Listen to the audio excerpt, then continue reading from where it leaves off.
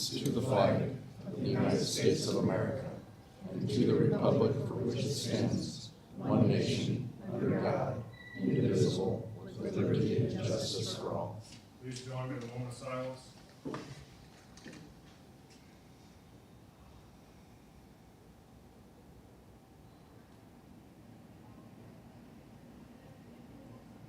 Very much. Please be seated. And as we have several guests with us today, please remember to silence your cell phones if you do have them. First item on the agenda is approval of the agenda. I'll second the motion by Radig. All those in favor say aye. Aye. Opposed say nay. Passes 5-0. Items 2 through 7 constitute a consent agenda of routine action items to be considered by one motion. Items pass unanimously unless a separate vote is requested by a board member. Item 2 is approval of the minutes of the September 10th meeting. Item 3 is approval of the claims. Item 4 from Board Administration is approval of lifting tax suspensions for petitioners who failed to recertify their income or income does not qualify for a continued tax suspension. Item 5 from Building Services is approval of items to be auctioned per personal property disposition policy. Item 6 from Human Resources includes A, approval of memorandum of personnel transactions, and B, authorization to initiate the hiring process. Item 7 from Board Administration includes A, approval of notice of property sale resolution for parcel also known as 900 Cornelia Street, setting that for Tuesday, October 1st at 4:35 p.m. Item B is approval of notice of property sale resolution for parcel also known as 931 Cornelia Street for Tuesday, October 1st at 4:37 p.m. Item C is approval of notice of property sale resolution for parcel also known as 917 Glass Street, setting that for Tuesday, October 1st at 4:39 p.m. And D is approval of notice of property sale resolution for parcel also known as 208 14th Street, setting that for Tuesday, October 1st at 4:41 p.m. Any questions? Mr. Taylor? Thank you very much, Mr. Chair. So I'm just wondering on the item on the tax, lifting the tax suspensions, that has nothing to do with the issue that the treasurer raised most recently? No? Okay. Thank you very much. I'll move the consent agenda pending any other questions. I'll second the motion by Taylor. Any other questions? All those in favor say aye. Aye. Opposed say nay. Passes 5-0. Item 8 from Secondary Roads, County Engineer Mark Nera. For action includes A, approval of plans for project number parent K19.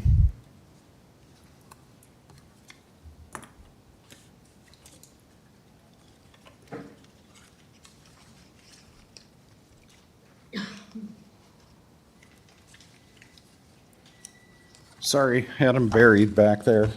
This first bridge is Bridge K19. It's on Michigan Avenue between Old Highway 20 and Highway 31. We purchased a steel I-beam bridge that's a preformed bridge that'll be set into place. The contractor will be responsible for building abutments and then putting the new bridge in place. This is the first time for this type of structure we're trying. It should fit the location well. We're proposing to let it to contract October 7, 2024. So once the board approves the plans, we'll be sending it out to be advertised. And construction would be roughly when? We're putting a late start date on it, probably May 1st of 2025. This is a project that would allow winter work though. So we're trying to give the contractor Sure. some open ability to bid and build that into his bids. I recommend approval. For project number LB 7397. I'll second the motion by Taylor. Any questions? All those in favor say aye. Aye. Opposed say nay. Passes 5-0. Item B, also for action, is approval of plans for project number parent 152. This project is for HMA resurfacing and cold in-place recycling of County Road D38 from the Mobile Blacktop to Highway 31. Last week we had discussed the possibility of doing portions of the work within the town of Anthon. We went and did a survey on that last Wednesday. The ADA accommodations are not going to be simple to design or construct within the town. We are looking at D38 in the 5-year program. I believe it's fiscal year 2028 when we'll be doing the portion that begins on the east side of Anthon and continues to County Road L37. It would really be just as good an outcome for Anthon to work through that. Speaking with their city council, they were satisfied. That gives them time to address the ADA. It gives time for their budget to recover a little bit from the work they did at the intersection of 5th Street and Bridge Street within the town this year. And we're looking forward to working with them on the job. This one will be led at DOT. It's scheduled for the December 17th, 2024 letting. I recommend approval of plans. And this includes that 1/10 of a mile-ish of Anthony Yeah, or there's not? 0.14 of a mile Okay. on the west side there. And, the board had been looking at contributing to the cost of the work within Anthon because it is a haul route for the commercial gravel pit that's near there. I wouldn't propose billing Anthon for that 0.14 of a mile, but to use it as a later credit against the work that we'll be doing in town in a couple of years. That makes sense to everybody. Yeah, the work on that 0.14 of a mile is estimated at about $48,000. I'd move it. Second. Motion by Nelson, second by Taylor. Any questions? All those in favor say aye. Aye. Opposed say nay. Passes 5-0. Thank you.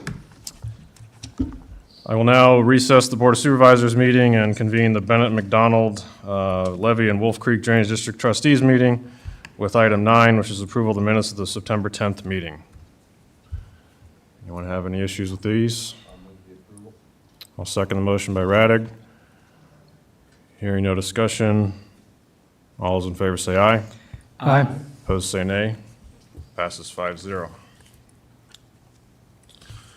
We'll now adjourn the Bennett McDonald Levy and Wolf Creek Drainage District Trustees meeting and continue the Board of Supervisors meeting with item 10. This is ahead of our 4:45 PM set time, which is a public hearing on the same topic. We'll start off with our Planning and Zoning Director, Mr. Priestley. This is an action item, approval to receive county staff report concerning proposed amendments to ordinance number 56, an ordinance regulating commercial wind energy conversion systems. We'll give you the 6 or 7 minutes here, and then we'll have our public hearing, and maybe we can have agreement to continue with the staff report if that's what the room is okay with. Sound good? Okay, good evening, everyone. Dan Priestley, zoning coordinator. Woodbury County has received a petition from the public after subsequent meetings, such as in the city of Lawton, discussing the commercial wind energy ordinance. And the Woodbury County Comprehensive Plan for 2040 makes it very clear that Woodbury County is in a position to reevaluate our policies, such as renewable energy. It's clearly enumerated in there at times when we learn inputs from the public and various conditions that we look into them and see how we can perfect our ordinances that govern the public health, welfare, and safety of the citizens of Woodbury County. And in terms of that petition, the Board of Supervisors directed staff to look into certain circumstances regarding these proposals, including new information that have became available, including data safety sheets that offer further insight into the relationship of a wind turbine versus the public in regards to safety. One of the areas that we found was the Public Utilities Board or Utilities Commission in the state of Ohio had a public filing that included information on a Nordex Delta 4000 system, which gave us information and details that we could kind of look at and analyze in comparison to some of the other prominent systems, whether they're Siemens, Vestas, Nordex, et cetera. But this data led us to look at situations of safety involving thunderstorms and lightning and fire and various other concerns. It's been very clear that there have been things that have went around in public, different incidents. Fortunately, most the safety records are pretty good across the industry as far as safety. That's a very good thing. But any one incident can be a concern, whether there's a fire or lightning. And so there are, of course, documented incidents out there that are available that talk about the probability or potential that there could be various instances. And so looking at the Nordex data, we got kind of an understanding that a kilometer is quite a distance in terms of safety when it comes to thunderstorms and lightning in particular. In fact, when you get into the safety data ratings, you learn a little bit more about how do you react in the moment. Of course, this is data for emergency managers, et cetera, but you get to the point of being as specific as stopping all the work, leaving the area, going to a safety vehicle, et cetera, and departing the area of 1 kilometer, which is equivalent to 3,280 feet. Their fire ratings that we discovered were 1,640 feet. So why does this data matter? Well, there's lots of instances that you can look at that folks have brought up as far as safety matters and for turbines.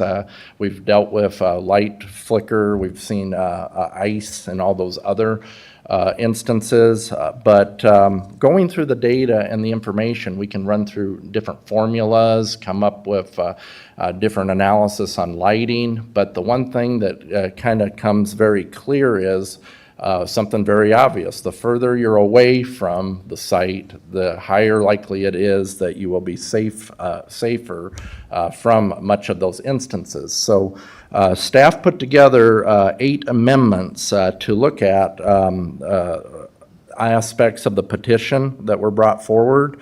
And so our primary amendment there is to require a safety, instruction, rescue, evacuation plan to be part of the discussion for any proposed energy project.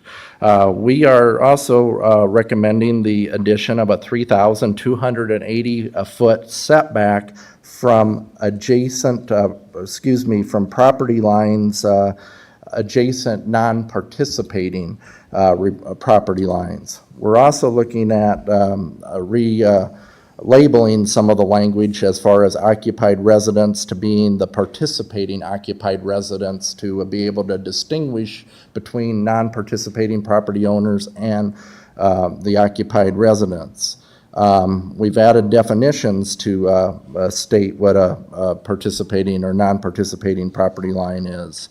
We've looked at the setback waiver situation, and when we're dealing with safety issues such as fire, especially with folks within the project area, and there's instances where fire potentially could be concerning, we're seeing that a 1,640-foot setback may be a reasonable line of demarcation as far as dropping down the setback if you're looking at the 2,500-foot setback to have a very clear minimum in there for predictability for the public and developers alike.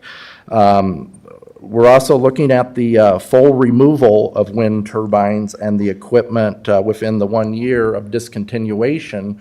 And it's important to emphasize that the decommissioning aspect is an expectation that we can find even rooted in the comprehensive plan for Woodbury County under smart planning principles that are available to the county to look at things such as agricultural preservation and the protecting the landscape, et cetera. We have a very compelling interest to hopefully most of the time leave the county in a better spot than what we originally found it. And so that's a big aspect of the decommissioning, because there's quite a bit of debate on, do you take X amount of concrete off the top and just return the topsoil back and continue on farming? Or do you look at a further level of confidence of restoring the land back to at least some type of original state? And Excuse then me, sorry, Mr. Priestley, I'll have to pause right here. And for everyone's benefit, the reason I have to pause here at 4:45 is this is our set time for a published public hearing. That's how you all know to be here at this time. Just want to give some opening comments before we open this up. Rules for speaking, anyone that's interested, please follow the rules in the agenda that the board has set. Try to limit your comments to about 3 minutes. If we need to have a second go-around, I think we can do that. Also try to focus on things maybe that hasn't already been said, so the board can have as much information as it can to make its decisions tonight. Also, the parameters regarding these 3 public hearings for this week, next week, and the following are that we can make adjustments to what is proposed. For example, we can adjust the setback, but we cannot take action on things that were not previously published, that people were not already made aware that we are going to be looking at in these public hearings. So item B is to conduct a public hearing on proposed revisions to Woodbury County Ordinance Number 56, including amending sections 5.2D, 6.1A, 6.2, 7, and 7.1C, which regulate commercial wind energy conversion systems, also known as wind turbines, in unincorporated Woodbury County. The amendments address changes to the CWECS application process, submission requirements, siting and design standards, including setbacks, protected areas, setback waiver limitations, as well as updates to discontinuance and decommissioning plan requirements. Now, because the public hearing is now open, if there's anyone that is on a tight schedule that would like to speak right now, and you came for 4:45 and you have to leave soon, I would welcome you up. Otherwise, what we found works, and I defer to the board on this, but if it is helpful, Mr. Priestley can continue with his staff report, and so that the comments can be informed by what has been done previously. And he's, we've all been provided on the board with a, I think, 25-page comprehensive plan that he's summarizing right now. So with that, is there anyone that needs to get going and wants to give their comment right off the bat? Okay, with that, and the public hearing still being open, I would defer back to Mr. Priestley. I do have a question for Chairman Ung. Did we do the motion to receive, or I can hand that out? I No, move we- to receive. Yep. We'll move to receive. I'll second the motion received by Nelson. All those in favor say aye. Aye. Opposed say nay. Passes 5-0. Okay, one other thing, I would like to ask the board to consider receiving comments directly from Mid-American Energy as far as this respective policy. Move to receive. Second. Motion by Nelson, second by Taylor, to receive. Second attachment, all in favor say aye. Aye. Opposed say nay. Passes 5-0. First thing we received is the staff report, which will be in the minutes, as well as what we just received now. Okay, and just to finish up the last part of my comments, the Eighth Amendment is to add some confidence to the financial security for decommissioning, to have it at a 125% of the removal cost as part of the proof of security. Of course, inflation and other matters are very essential on that. So that's the general breakdown of the staff comments, but I'll go ahead and, if you have any questions of me, otherwise. Thank you. Thank you very much, Mr. Chair. So just one quick question. So in order to understand the decommissioning cost, is that what the current cost is at 125%? So that we're trying to account for future costs? Am I understanding this right? That they would have to have, this is what it would cost right now, and then there would be a markup, so to speak? It would be a further calculation to likely count for future costs. And right now, there is no direct enumeration in there. This just adds clarity on what the percentage level would be. So in the ordinance, whoever the developer is, they have to hire an engineer certified in the state of Iowa to come up with a estimate and then they pay that 125%, and then it's reevaluated every 5 years by another engineer, whoever they hire that is licensed within the state. Because as we know, with inflation over time, this creeps up. But so every 5 years of the life of the project, they would have to continue to update those costs. And then- Along with and that then bond payment correct, potentially? Okay. yes, correct. Sounds wise to me, thank you. Any other questions of me? Otherwise, I'll depart for a moment. Any other questions for Ms. Priestley at this time from the board? Let's move to approve item A, this county staff report. I'll move that. Second. Second by Nelson. All those in favor say aye. Aye. Opposed say nay. Passes 5-0. With our public hearing now, one other thing to note process-wise is if the board does adjust the staff recommendation, take something out, when we move to our second hearing, we could potentially put that back in or put it in a different form. When you adjust something from one public hearing to the next, it doesn't mean that is always off the table, so to speak. The third one is what is passed into an ordinance. Is that fair? All right.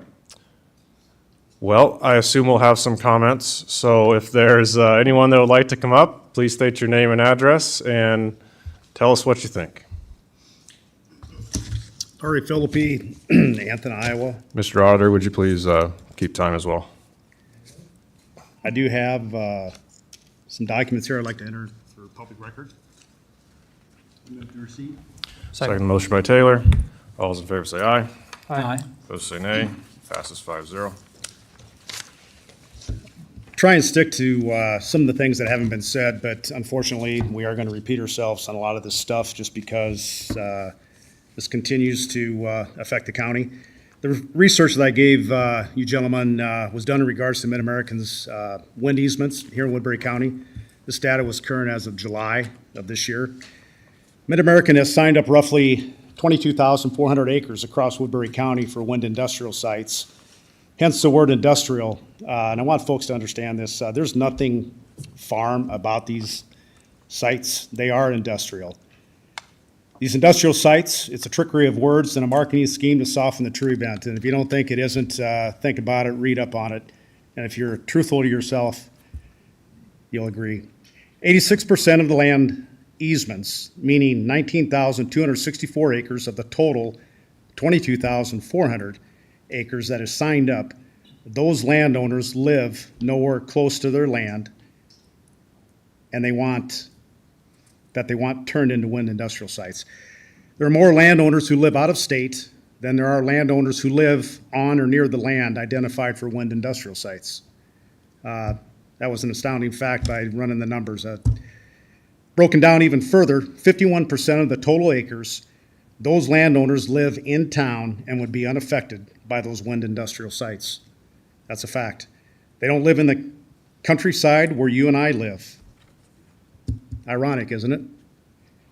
It is wrong that a minority of people are trying to shed undue harm, health risks, and nuisance onto a majority of us Woodbury County residents for decades to come. And literally, it would be longer than decades. Woodbury County does not need its bridges, roads stressed beyond repair due to heavy equipment requirements. We've talked about this before. That would continue into the future for not only maintenance, but repairs at these wind industrial sites. We don't welcome the trash. We don't welcome the environmental damage, the noise, the traffic, the health risks, strangers, and theft of our property due to the negative environment that an industrial site brings to its surroundings.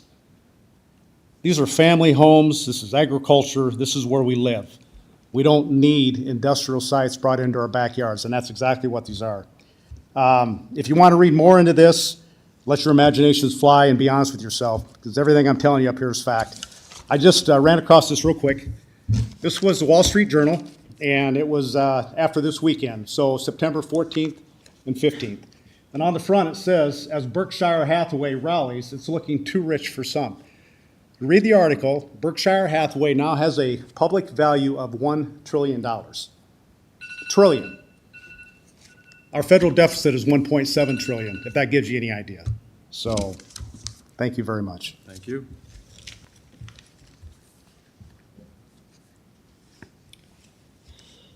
Tim Hoy from Anthony, Iowa. and I wanted to address this meeting. The words community and neighbors, family, these ring for us. Service, responsibility, volunteer. These are words that describe rural Woodbury County. I'm wearing my hat tonight from the Anthony Fire Department. I'm a proud member of the fire department. I'm a 4-H club leader. I'm a Sunday school teacher. I'm a community member. I have concerns. Just a few years ago, many of you will remember, we had a massive wildland fire west of Anthony. Right across the road from Larry's house, as a matter of fact. Mutual aid is a word that we all use in the fire service. 2/3 of the departments in Woodbury County were on that fire, as well as untold volunteers, farmers with tillage equipment. Entities such as New Co-op and Nutrien bringing water with their rigs. In the inevitable event of a fire in one of these outfits, we've got to have setbacks. Because of the poison from the material safety data sheets, if we would read, all these volunteers that walked away from their wives and children and husbands and families and businesses to go put out fires do not need to be exposed to this kind of toxin. And if somebody would, for example, waive their right to the setback distances, their home may catch on fire. Now who's going to go put that out other than the volunteers? Volunteer firefighters are not signing up to say we want to be unduly exposed to risks. We're taking enough risks as it is every time that pager goes off. And we want to make sure that we get to go home to our families. I've been assistant chief for 4 or 5 years on Anthony. As an officer, I understand those risks that we take, and we sometimes have to say that's a no-go zone because we want our members to go home safely. And so at the same point in time, we don't want there to be loss of property or life. And so these are considerations that in the event of fire or natural disasters, tornadoes or otherwise, what risks are we taking? And we need to ask ourselves, how does an industrial wind farm situation unduly affect all of the county? Because it's not just the Anthony fire, it's everybody else. It's all our departments, and we're all going together when that pager sounds and the mutual aid is asked for, we roll. And so I want you to think about that as we look at these setbacks. We say, how do we best protect all of our citizens out here in rural Woodbury County? Thank you. Thank you.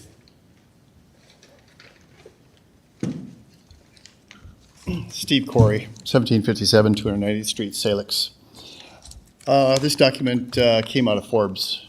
Back in 2014, Warren Buffett, the chairman of Berkshire Hathaway, famous around this neck of the woods, was quoted as saying, "We get a tax credit if we build a lot of wind farms.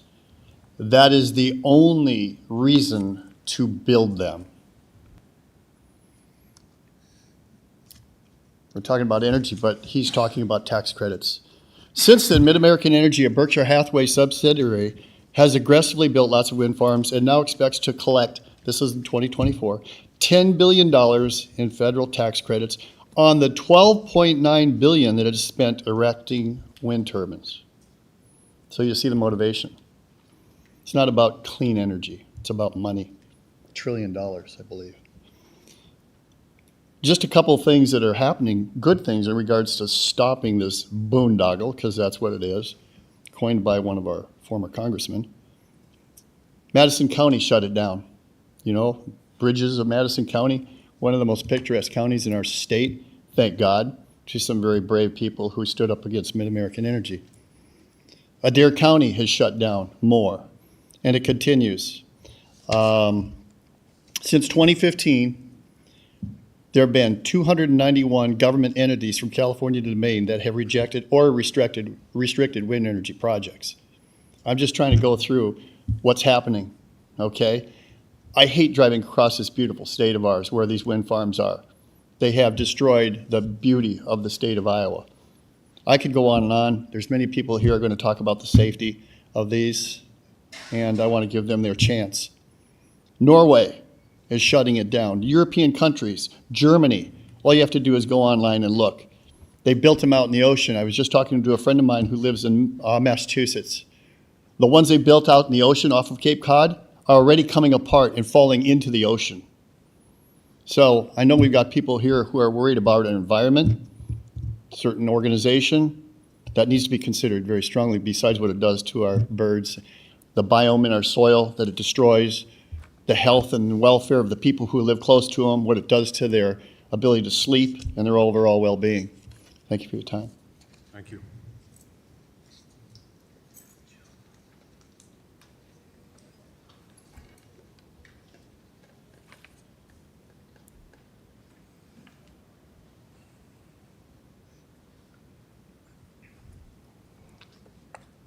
Gotta have more than 3.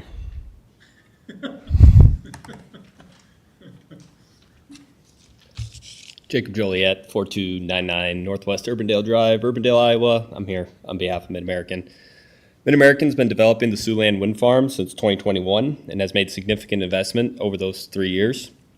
There are currently 24,000 acres signed up in the project. That's equivalent to 130 Woodbury County landowners that have volunteered to be a part of this project. Today, like we have heard that no one wants to participate in the wind project. That completely ignores the fact that this is a voluntary participation. This is exemplified by the 4,200 landowners across the state that see the benefits from wind energy and have utilized their properties in the ways that they see fit. By participating in wind projects, these landowners have been able to take advantage of Iowa's abundant wind resource and diversify their income, helping keep their farms in their family. Seeing the proposed amendment is concerning as it hinders Woodbury County residents' ability to realize the benefits associated with wind generation and our ability to serve our customers, many of which are in Woodbury County. You could have only one non-participant in a 4 square mile, and that one non-participant could control the entire 4 square mile and prohibit their neighbors from participating in the wind project. That is why this amendment is effectively a ban on wind generation in the county. You should consider whether it is reasonable for someone to control what their neighbor does on their property up to 3,280 feet away. We have heard at least part of the reasoning for setbacks is safety concerns. However, to Mid-American's knowledge, the Iowa wind industry has a perfect record regarding public safety from operations of thousands of wind turbines over the last 20 years. An additional change in this round of ordinance revisions requires removal of all underground facilities upon decommissioning of the turbines. Again, attacking the landowner's right to determine what is best for their own farm and requiring a higher standard than usual for land disturbance at the end of the project. A moratorium or an effective moratorium through regulations like those proposed in this ordinance change would prohibit landowners of Woodbury County from realizing these benefits. With the interest from landowners in Woodbury County and with already strict and prohibitive wind generation requirements, we ask the board not to amend any setbacks or removal requirements, exempt projects like the Siouxland Wind Project that has been under development for years from these changes, or consider drafting a balanced wind ordinance that considers real-world wind operating facts. I also encourage you to reach out to your neighboring counties across Iowa with wind generation to gain a better perspective. Thank you for your time and considering.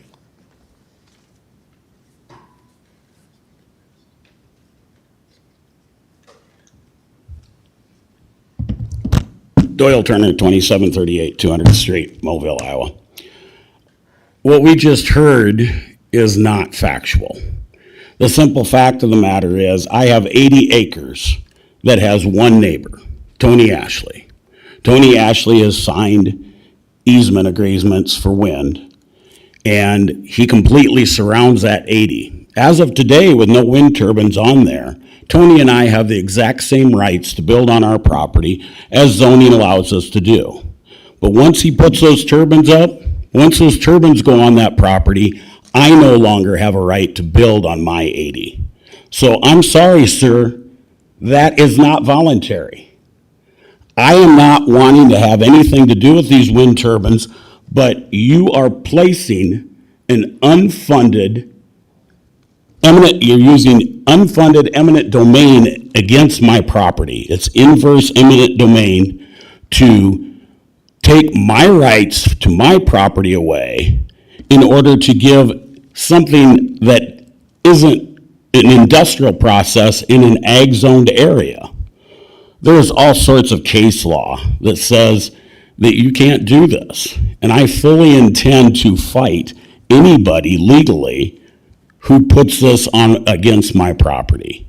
If that's the landowner or Mid-American or the county, I'm fully prepared to do that.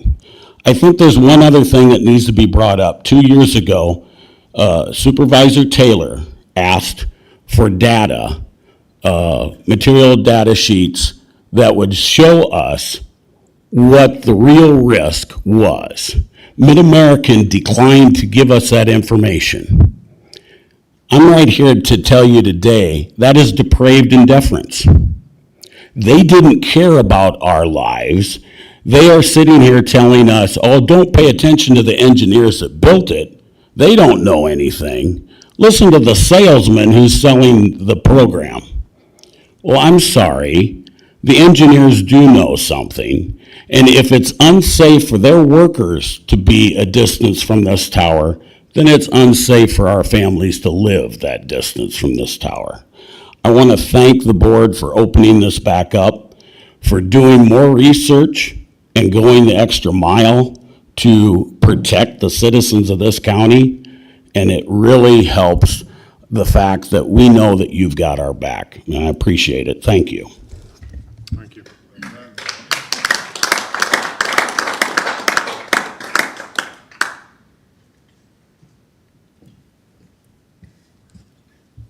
Daniel Hare, 2889 Humboldt Avenue. I don't know, but if you heard what this guy said over here that's representing Mid-American, I don't know if he was listening to Mr. Philippi up here, but I heard him say this hinders Woodbury County residents' use of their land. Well, what part of over 80% of these people that have signed this easement, of this measly 130 people, over 80% of them don't even live there. They either live in town, they live out of state, or they live out of the county. And yet we're hindering Woodbury County residents' use of their land? Give me a break.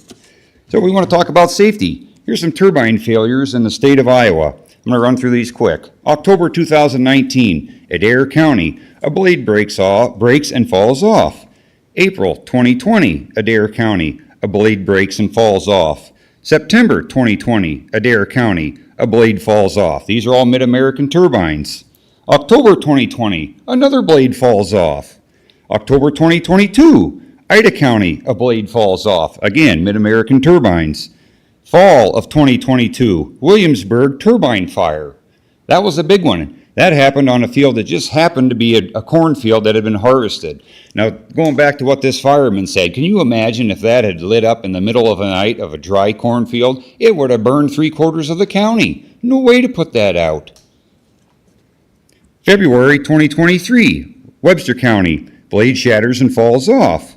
Now we're down to March 2023, Mechanicsville, Iowa, turbine fire by lightning. October 2023, Adair County again, turbine fire. The fire department out there said all they could do was sit and watch it burn because they didn't have the equipment to put the fire out. Then as the fiberglass is falling all over the place, they have to go put the fire out on the ground. February 2024, Osceola County, complete turbine failure, throws debris 4.27 times the height of the turbine across a road, towards the house, all over the place. February 2024, Ida County, another blade falls off. Are we sensing a pattern here? Then May 2024, Mechanicsville, Iowa, again, same farm family, turbine hit by turbine fire again by lightning. Lightning. That's what we're talking about here. This is referenced by Mr. Priestley about the 3,280 feet. Lightning is a real problem with these things. They're getting hit all the time.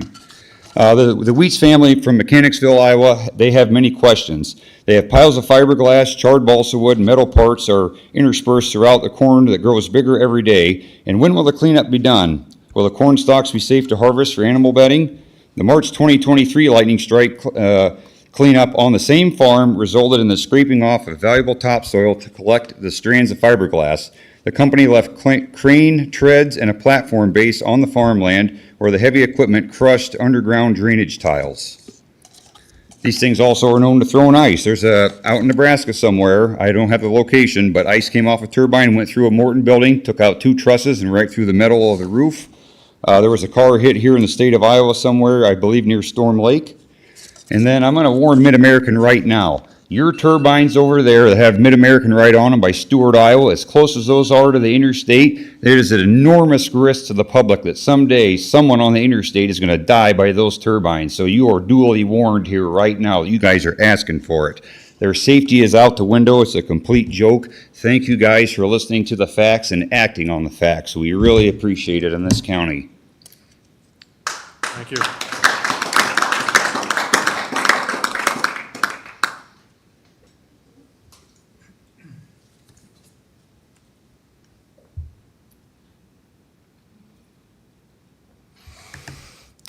Anyone else? We got someone.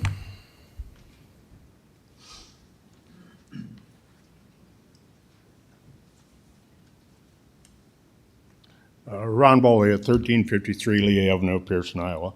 I'd like to be the one guy to shut him down, if I can do that for him, so please. But I have a question for you. Are they taxed the same as I am as a agricultural position? No, they're not. We had asked for the ability to assess these as any other private entity, and we were told that we could not. We were then given the either-or option to adopt an ordinance or receive a pittance next to nothing. We adopted that ordinance, which means in Woodbury County that these would pay 0 in tax year 1, 5% year 2, all the way up to a grand total of 30%, and treated unlike any other business entity in the state. Thank you. Thank you.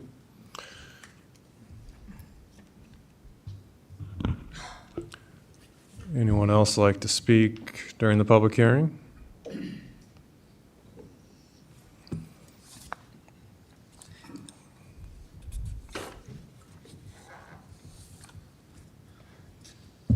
Kim Alexander, Smithland, Iowa. It's good to see you guys. I'm glad you're up here. Appreciate what you're doing.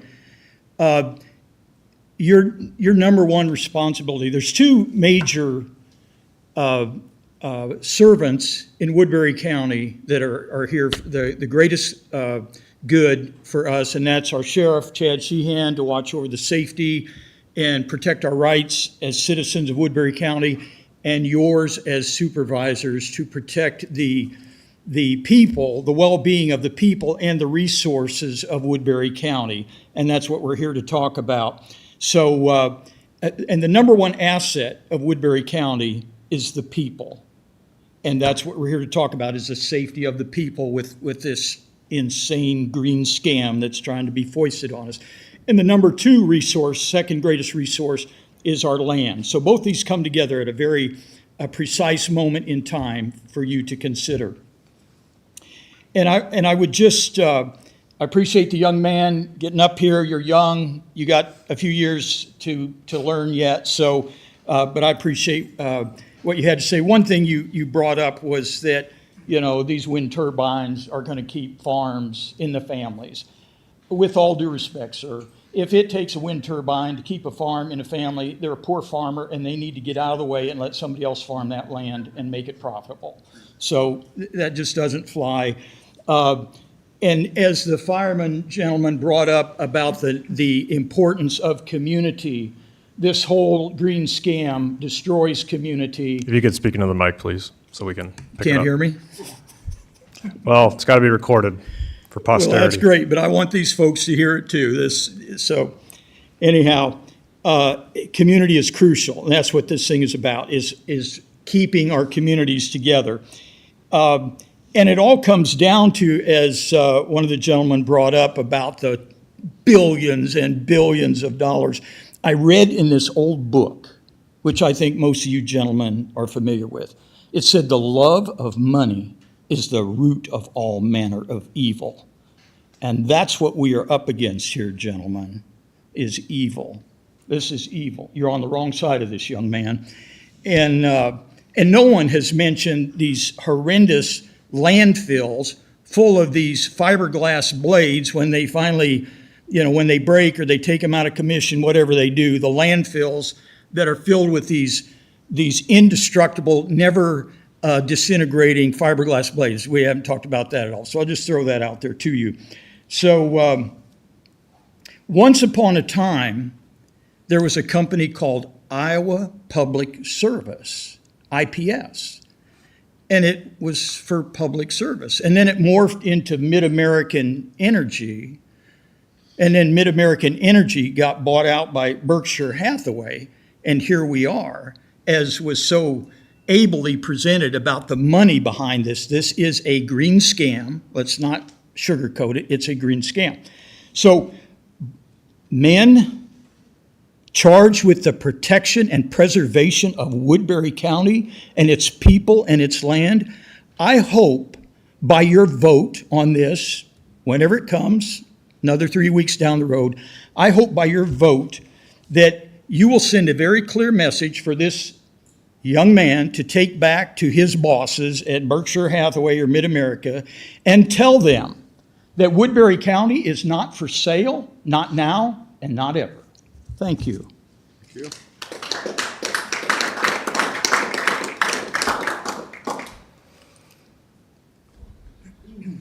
Anyone else to speak during the public hearing?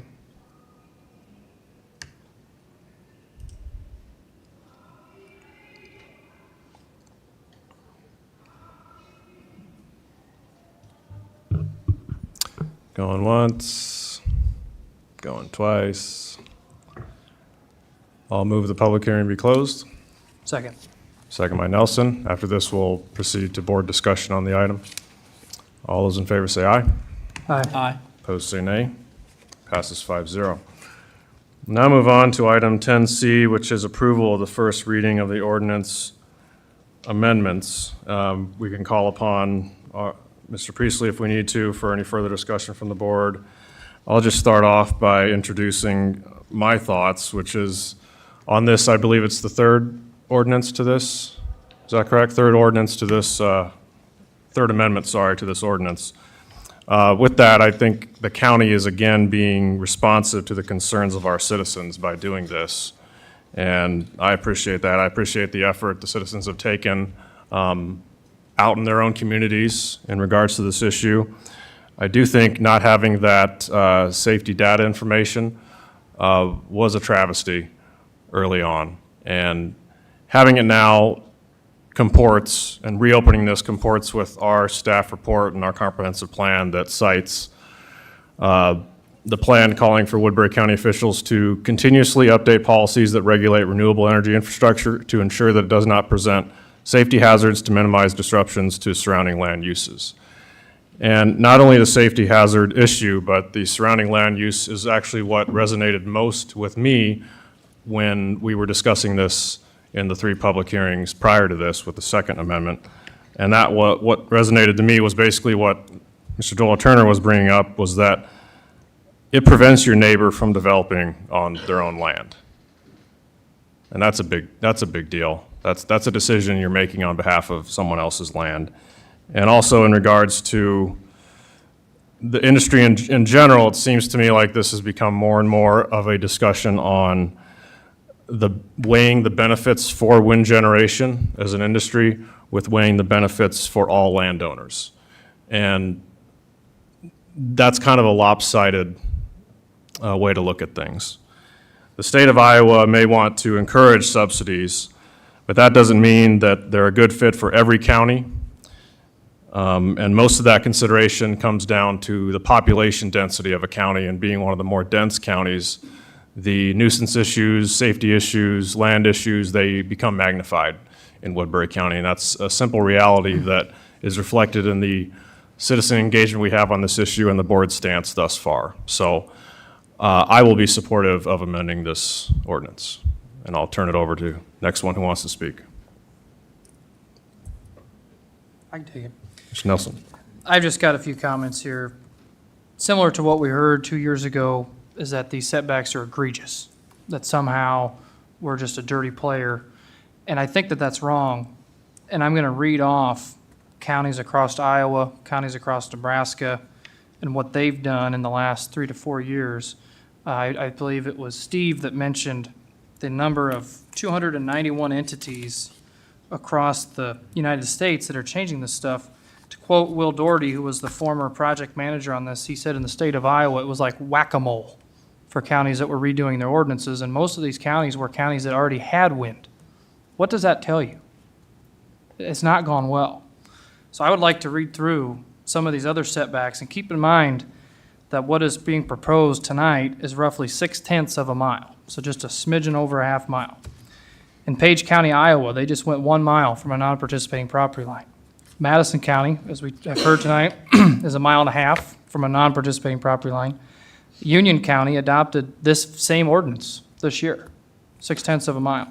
Palo Alto County is a 1/2 mile. Potawatomi County is a 1/2 mile from a home on both of those. Washington County just implemented a 1/2 mile from a home. In Nebraska, right across the river, Dakota County, 2 miles from a non-participating home. Hamilton County, 2 miles from a non-participating property line. Knox County, recently done in the last month, 1.25 miles from a non-participating home. Cedar County, 1 mile from a non-participating home. Brown County, 1 mile from a non-participating home. Buffalo County, 3 miles from a non-participating home. Frontier County, 3 miles from a non-participating home. Wheeler County, 5 miles from a non-participating property line. Loop County, 3 miles from a non-participating property line. Yankton County, up here in South Dakota, that just cleared their zoning board, it goes in front of the Board of Supervisors, 2 miles from a non-participating property line. I don't know how some of these counties justify some of these setbacks, but we know with these data sheets, we can justify 3280. And that's why we're proposing that. But to say that we are egregious, when I just listed all of these that are 5 miles, 2-3 miles, I'm sorry, we're not being egregious, we are being fair. I believe that these data sheets should have been handed over 2 years ago. The turbines that Mid-American currently uses the most of, Siemens, is one of the worst ones in the world right now. Look at their stock price. It's tanking. They've got warranty issues, craftsmanship issues. So for them to say that they have no safety concerns while also putting in some of the worst turbines on the market, I don't buy it. I just simply do not buy that. I appreciate everyone here. There's new faces in here I don't know. I appreciate everyone that came to Lawton for that town hall. There was faces there that I didn't know, and some of them aren't here tonight that are new both times.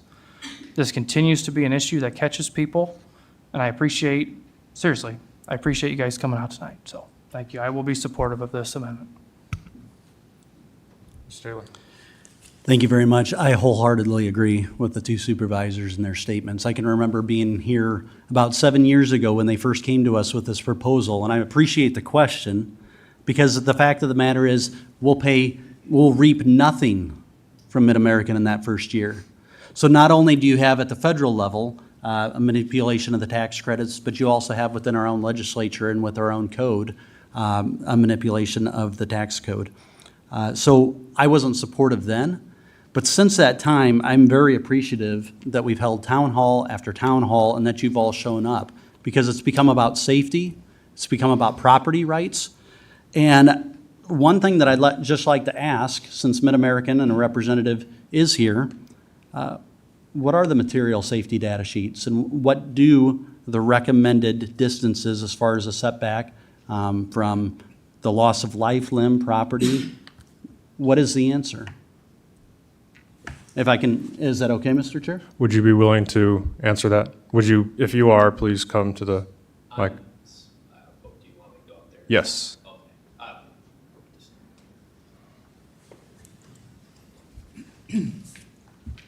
My job specifically with Mid-American is to track ordinances changing in county supervisor meetings. So I personally do not have the answer for you. I would gladly jot it down and take it back for you.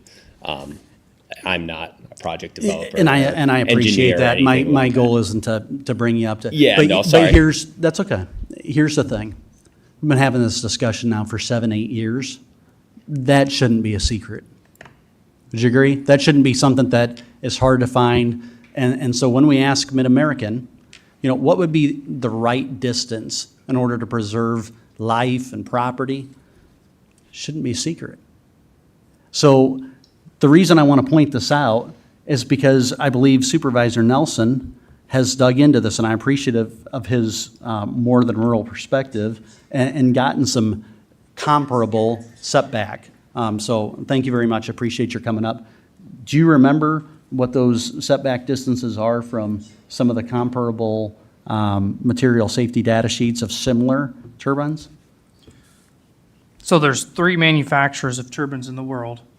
Mid-American is known to use Siemens and Vespa. Those 2 data sheets are under lock and key. We have not been able to have access to them. The one that we have is Nordex.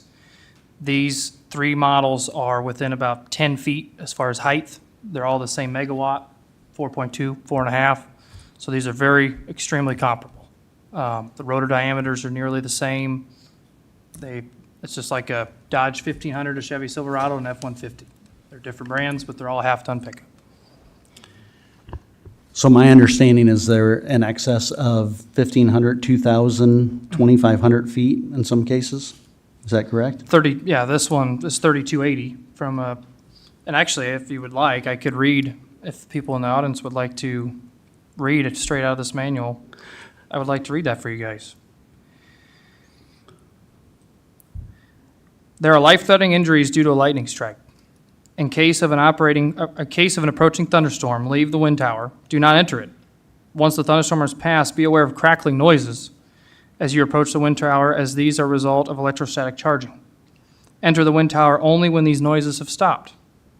A wind tower is a very high risk for lightning strikes. The wind tower itself is adequately protected against damage by comprehensive lightning protection measures. However, persons inside or in the proximity of the wind turbine are still at risk. Stop all work in the rotor hub, descend to lower base, leave and lock the wind tower, leave the wind farm, wait in a vehicle, which would be grounded with rubber tires, at a safe distance from the wind turbine, approximately 1 kilometer, 3,280 feet, until the thunderstorm has passed, and wait at least 1 hour after the thunderstorm has passed before re-entering the wind turbine farm. So I appreciate that very much because you heard 3280. Do you want to know when this was first proposed, what the setback recommendation was? 660.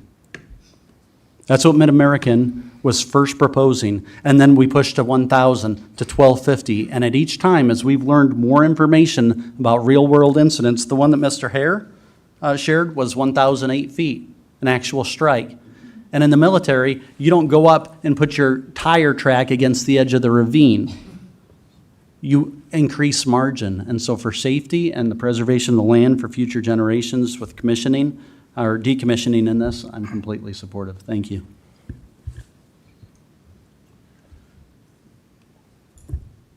Mr. Raddick? Sure. I guess, was it about 2 years ago or so, and we had the discussion before, and I was actually able to see those safety data sheets for Siemens product, and it was 3.5 times tower height at that time. So that's why I was supportive of 3.5 times tower height, and I thought we should do that for all setbacks. The board chose to go to 2,500 feet, if I remember right. Seeing that there's different data from a different company saying 3280. That does seem like a recommended height from the manufacturer. So I don't really see a big issue with amending the ordinance to this, and I do think putting something in there about removing the foundations and everything, I think that was something we all wanted 2 years ago and didn't have spelled out clearly, so I'll be supportive. I think you're right on that, Keith. I think that did come up 2 years ago, but because of the way it was posted, it could not be. I think you're right.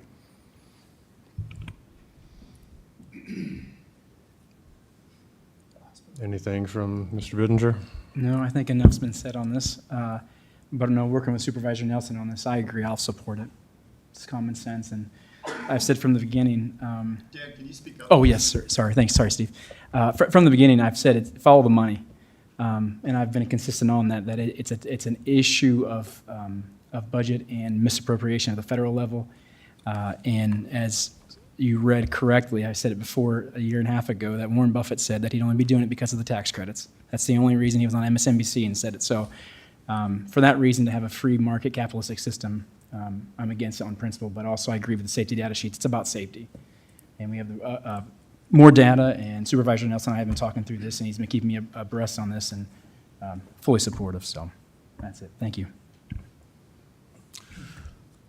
All right, thank you. So we have a fully supportive board on this. Is there anything the board wants to ask Mr. Priestley, or any changes we want to see for the second reading of the ordinance before we vote to approve this? Mr. Taylor? Chair, would you like to do a straw poll of the crowd? Because you have new faces in here, Sure, just to make sure nobody's being overlooked, one side or the other. sure.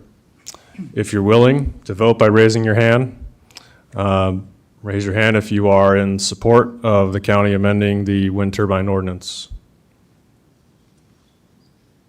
I'm voting as a citizen, Mr. Chair. Very good. So he counts double. And who is not in support of any changes to this ordinance?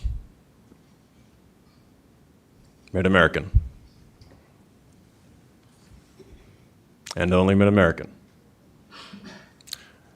I will move approval of the ordinance. Second? Second by Bittinger. Once again, are there any changes we'd like to see Mr. Priestley incorporate? Mr. Taylor, did you have a question? I do, just for the good of the public, if that's okay. I don't want to hold up the voting, but can you just lay out for all the good folks who are here what the next steps are in terms of the hearings and when this will actually take effect? Yeah, we're scheduled for 2 additional Tuesdays at the 4:45 PM to basically resume the discussion through the public hearing. And the public hearings are an important opportunity to glean as much information as possible for the issue. I referenced that in the report, that there was a lot to be learned tonight as well as the next few weeks. But overall, the process is that we have to have the public hearings, and we basically have the readings, like the chairman mentioned at the very beginning, that we do the readings, can kind of look at it, finesse, and see if we can come up with anything else, or if the proposal looks in order. We get to the third reading. The third reading would be the time to make the decision on if this is the route that the community and the board wants to go as far. So it would be 2 weeks from now, we could ultimately have the decision. Very good. Thank you, Mr. Chair. Any other discussion from the board? All those in favor say aye. Aye. Opposed say nay. Passes 5-0. Thank you all for coming and your participation. Appreciate it very much. Item 11 from Emergency Services, Director Drew Byer, is for action. This is approval to transfer the remaining balance of CIP Emergency Services Doors funds to the existing CIP Equipment Fund in the amount of $2,198.05. Afternoon. This is money left over from a previous CIP project that is completed under the initial cost factor. So I'd like to take that extra funds and use it to either, I'm working on a thing with Mrs. Scaffa on our program, if not 2 or 3 other outstanding CIP projects we found through the 22-23 fiscal year that were not unfinished. And I'm concerned maybe that those prices may not be the same what they quoted at that time. So I'd like to use this funding if all possible to kind of offset any of those projects, preferably if all able. Trying to reuse the funds we have and get the best out of it we can. Any questions or concerns, or, I mean, it's just a small thing, but. I'd move authorization for finance to transfer the remaining fund to the equipment CIP. I'm sorry. I'm making the motion to do okay, what sorry. you're asking. That's fine. Just low enough. I don't speak up as well as I should, and it looks like Mrs. Scaff may have something to add. I'll second it. Jump on it. I just want to clarify that the motion, I think that the homework assignment said to move that to the equipment. The equipment that he's referencing is actually ARPA funding, so I think the motion would be just to use the $2,198 from a CIP as opposed to moving it to the equipment, because that's ARPA and we can't, move the CIP to there. And then the project also needs to be approved through ARPA, which I've got to call in for the couple of items that they intend to use the $30,000 when it was originally allocated in ARPA. It was for extrication equipment, and since there's been some changes, there's been a need for other equipment instead. So we just need to make sure that those are ARPA approved expenses. Do we need to hold off tonight then on tonight's motion, or you think we're okay? Wasn't it not just moving it into essentially the fund within his budget for equipment? Yeah. Not necessarily to the ARPA project? The intent is to spend the $30,000 from ARPA, and Okay. part of that, he needs this additional $2,000 from CIP. This is leftover CIP funds that were not expended for the door project. So it's sitting in the CIP right now unused. So you're reallocating it to use CIP to add to the ARPA funding. So then it sounds like we don't need to wait or hold off. No, you can approve it. It will be contingent upon ARPA approval for the projects. Okay. Mr. Otter, everything she said as far as amending the motion? And amended second. So the motion's been made by Taylor, second by Radig. Is there other discussion? All those in favor say aye. Aye. Opposed say nay. Passes 5-0. Thank you, sir. Item 12 from the Board of Supervisors and Sky Ranch Behavioral Services, presented jointly by Supervisor Bittinger and Anna Bertrand. This is for information. This is discussing opioid remediation settlement request and proposal from Sky Ranch Behavioral Services for 3 FTE positions. Welcome. Good evening. Thanks for having us back. Yes, Do you wanna welcome start? back. Yeah.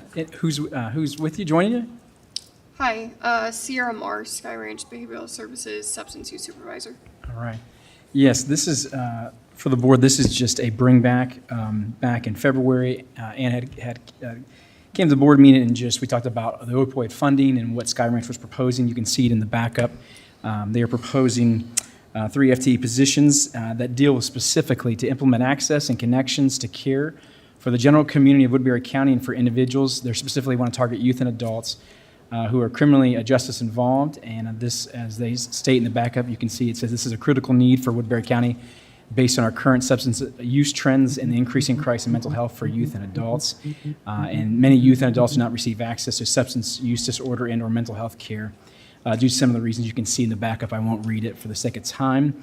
And so I'm just bringing this back, supervisors, just to, once again, Anna and Sky Ranch has done a great job. They went from being insolvent to solvent, increasing outreach to youth, specifically reaching youth in our community that are at risk to go back in the criminal system. And so they are doing a great job with that. And as you can see in the backup, it's a 2-year, they're asking for 2 years of funding, which would total $485,000.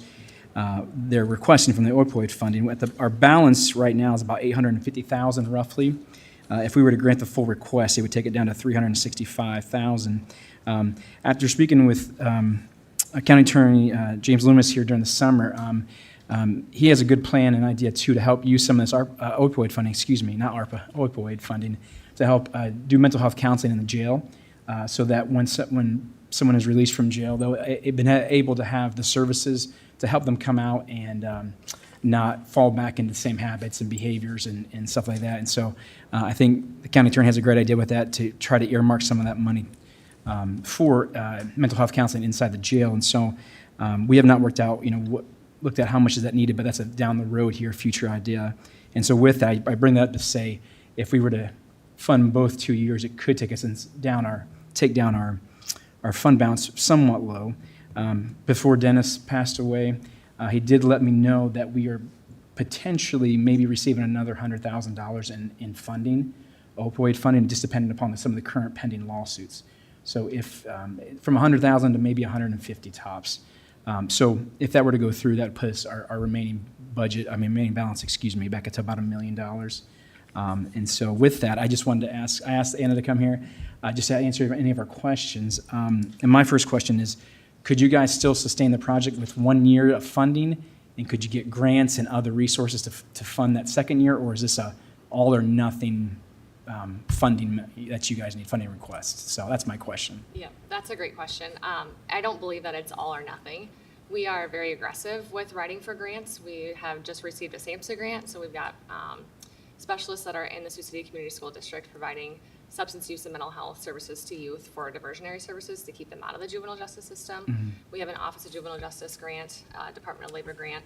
So we're constantly looking at ways that we can help our clients and the community members of Woodbury County break down the barriers that they experience all day long in the systems that are set up to work against them, that are shown to, or people try to say that they're there to help him. And so we can recognize those barriers, and we're very aggressive about going up after funding for services that are not covered by insurance companies. And a lot of that is that prevention piece of it and direct access. So one of the rollbacks from COVID was that people lost their presumptive coverage for Medicaid and for Medicare. And so families that were covered during that time now have lost that access, and it's very difficult for families to go through that process of reapplying, and we've had families reapply and not get covered. So this provides direct access. We can provide the support for them and help them to gain access to community resources that they need and become self-sufficient while addressing their behavioral and mental health issues along the way.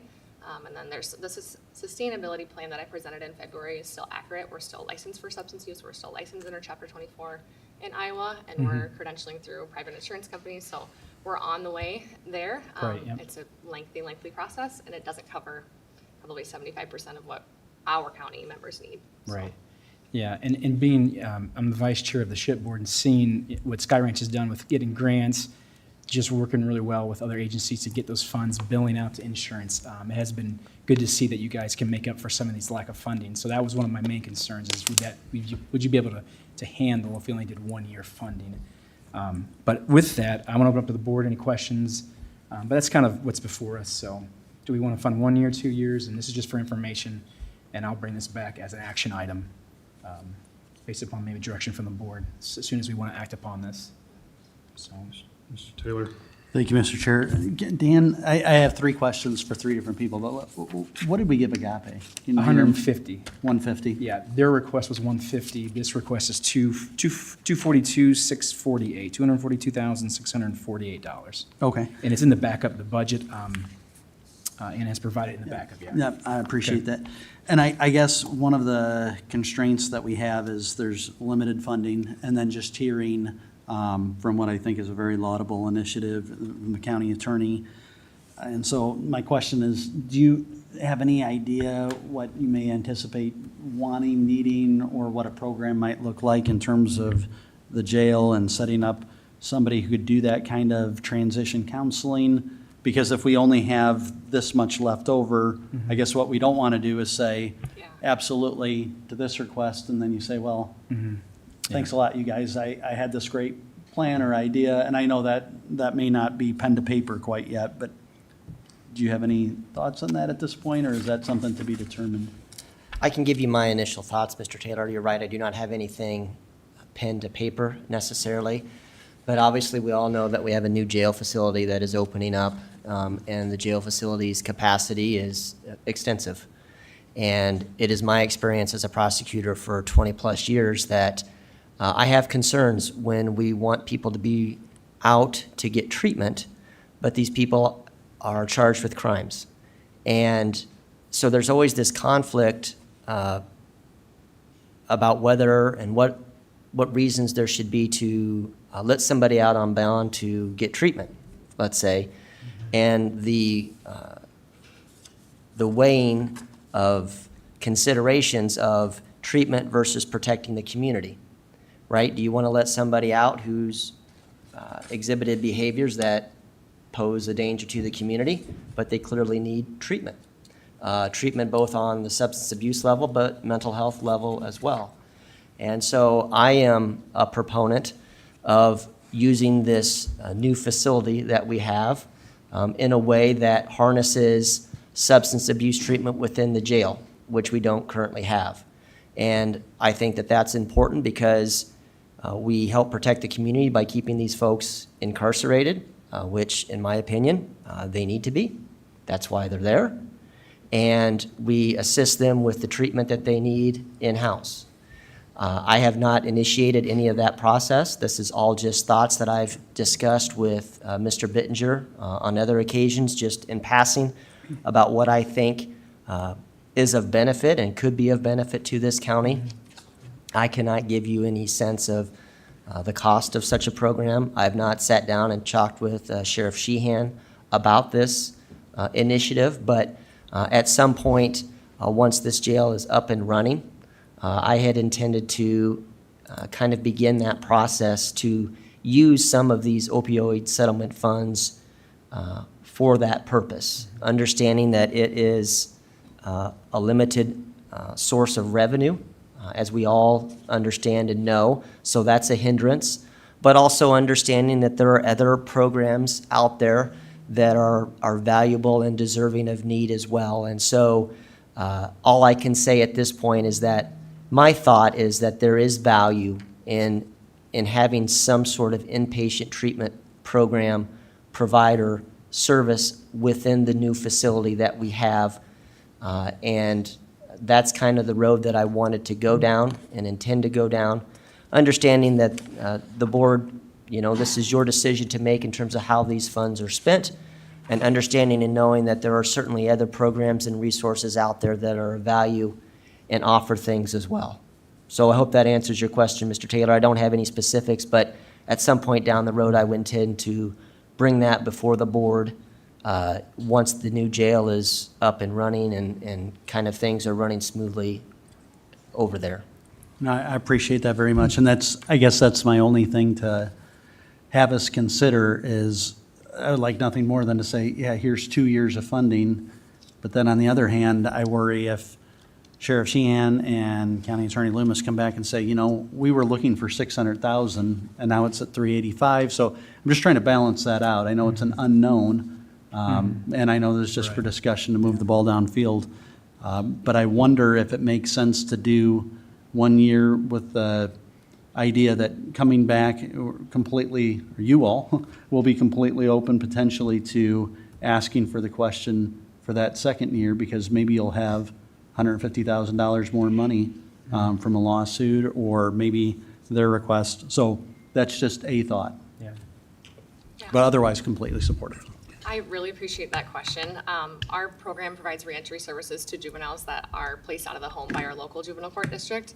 So if you would be willing to discuss your idea for the jail, I would love to be a part of that. I don't know if that's possible, but I'd love to leave my card with you because we have a passion for justice in all people. I'd love to be a helpful resource for you. Thank you. Thank you both for being here, and I thank you for what you do. I think what's important for the public to understand is when we got this money, right away we were getting hit up by all kinds of outside entities that they want access to it. And from day one, I thought this money needs to go to local programs that are hired or using local people that are treating local people. And you guys fit that bill, and Agape fits that bill, and anything that we do out of the Woodbury County Jail would also do that. And so I'm very supportive of what you do. I've heard nothing but good things about Sky Ranch.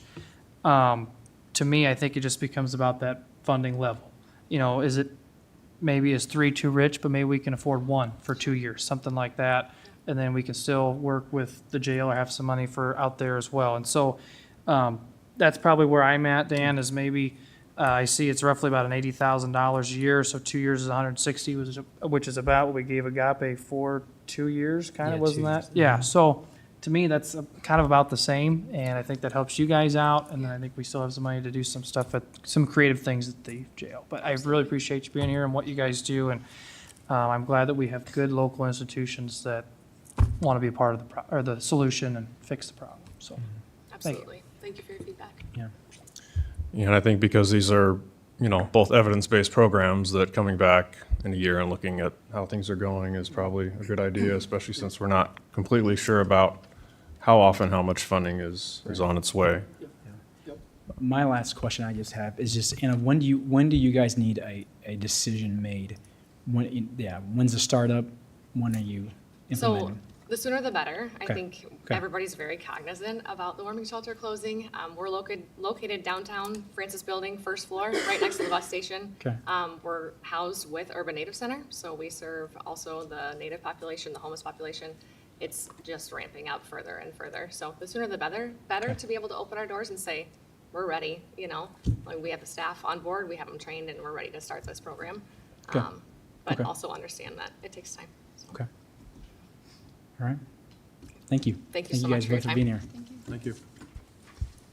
So I read the backup on Thursday, which I normally read it right before the meeting, but was this for a juvenile position or was this an adult position? Because it says 3 positions. Yes, so part of the funding is for peer recovery support specialists. One would be assigned to Woodbury County Family Treatment Court, so that's adults that are involved because of substance use directly and have had their children taken away by the child welfare system, and they're getting them back. So that's peer recovery for them, and then peer recovery in the juvenile system and the drug court for those involved members there. And then what happens after the funding's gone? So our work is with contracting with the MCOs through Iowa. So that is a very difficult process. We already have contracts for our outpatient behavioral health for substance use and mental health, but the peer recovery support specialist is a separate contract. So because of our other grant funds, we look at allocating portions of those for the open access, which is not covered by anybody if they don't have insurance, and we can't help them to get insurance if they're unable to obtain it. So between the peer recovery getting to be reimbursable, and then our other grants, looking at that for sustainability. So, You should also have your DUI driver's ed guy branch out to all driver's ed. yeah, That's cheaper and that's for sure. Yes, our DUI class is unfortunately busy, but, yeah. Thank you. Any other questions? So do you anticipate bringing this back with, Yes. for action at some Yeah, I'll bring it back in 2 weeks. Just, yeah, give some thought, yeah. And so if that's good with the board, 2 weeks, bring it back. Really give some thought and input to it, and then let's think through it, so. Thanks for your work on Yep. it. Thank you. We'll now move on to item 13 from the Board of Supervisors. This is from myself and Mr. Bittinger. This is an information item, presentation of joint statement from Chairman Ung and Vice Chairman Bittinger regarding MOU with Attorneys Union. This document has been signed by Mr. Bittinger, so this speaks for both of us. On August 6th, at the Woodbury County Board of Supervisors meeting, the Attorneys Union told the public that the staffing shortage in their department is, quote, catastrophic. The workload has, quote, exploded, and their attorneys have reached, quote, maximum overload. These are strong statements. On August 13th, the board unanimously passed wage increases, accelerated seniority, additional vacation, and work-from-home benefits while taking nothing away from the union. The memorandum of understanding passed with no objections from the union representative nor the attorneys union president. On August 22nd, in contradiction to previous actions by their own official and legal representative, union members voted down the MOU offered by the board to help, attempting a classic bait and switch. Those are words previously stated by Mr. Bittinger. It became clear to Chairman Matthew Ung and Vice Chairman Dan Bittinger that the union was disorganized. On September 3rd, County Attorney James Loomis reiterated that the number one issue in his office is filling the vacant attorney positions, and, quote, if it continues indefinitely, will begin to have an impact on the county attorney office's ability to serve, end quote. Loomis also said the Board of Supervisors, quote, has done tremendous work to help this office, unquote, and, quote, Mr. Ung brought forward a solution to the problem, end quote. On September 10th, Supervisor Jeremy Taylor announced on behalf of the Attorneys Union that a prohibited practice complaint has been filed in retaliation for opinion statements from Chairman Ung, saying the union should accept the help they asked for or voluntarily dissolve so the board can proceed with implementing helpful measures to fully staff the office. It has been 1 month since the county signed the MOU. The longer the attorneys union refuses to sign the MOU to address conditions they themselves call catastrophic, the less seriously the public will take their complaints. And again, this has been signed by myself as chair and Mr. Bittinger as vice chair. I have nothing else to add. Mr. Taylor. Thank you, Mr. Chair. I'm not sure this is helpful because I don't think it actually helps solve the problem, which I hope this board does something about tonight, which is that when I looked at 2014, there were 16 attorneys in that office, and I looked in 2024, there's 7. I think this is counterproductive because it adds, well, it omits some things that were pretty important. It's kind of like selective memory or the infamous half-truth, right? So you could add in between August 13th and August 22nd, the union representative signaled that there were concerns about retention and that request to ask to sit down and talk was refused. That's something that's not in this timeline. You could add in that, I guess, a week ago, after they voted the MOU down, or more than a couple of weeks ago now, there was a press release that denigrated these individuals. And then at the last meeting, we're called a disease. That's what a blight is. Unserious people, kids or children. It's almost like a Babylon Bee headline, right? Where it's like, chairman asks employees to burn his cursed effigy and wonders why there's retention issues. So I think that those are omitted from this, and my hope is that we can put all that behind us. I'm not sure that this joint statement, I know it solidifies where the two supervisors are at, but I guess my question would be, does it actually accomplish anything? Does it help to staff one more person? Does it move the ball downfield toward actually having an MOU that will be signed by both parties? That's what I'm hoping we can get to tonight. Thank you very much. Well, past statements aside, the emotions and feelings on this issue have been brought up, I believe, more by the comments just made than by this statement. The joint statement between myself and Vice Chairman Bittinger also correct a misconception that seems to be out there that he has been less involved than he actually has been up to this point.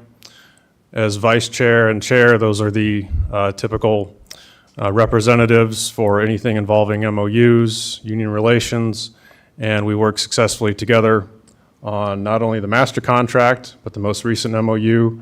And I think that efforts to divide the board are assuaged by this joint statement. Any other comments? Item 14 from the Board of Supervisors, presented by myself for information. This is board discussion to reach consensus and to give direction for the chairman to draft a resolution to be approved at a subsequent meeting regarding the official position of the Woodbury County Board related to the MOU with AFSCME Council 61, Local 3462, or the Attorneys Union. I believe it is important for the Board of Supervisors members to speak for themselves at this time, and if it is helpful, to direct or by consensus a drafting of a very brief resolution that would state the position of the board majority so that the question can be put to bed on what the county's plans are for this rejected MOU. And with that, I would like to go down the line. I'd first like to recognize Mr. Bittinger. All right. Thank you, Mr. Chair. Where to begin?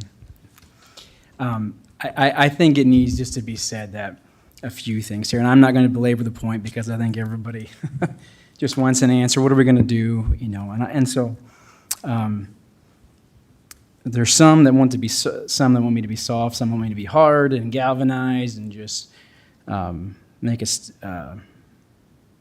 come down hard or too soft. It doesn't matter. But let me say this, no one hates our unions, no one on this board. I'll speak to the supervisor who's been longer here than me and Mr. Nelson.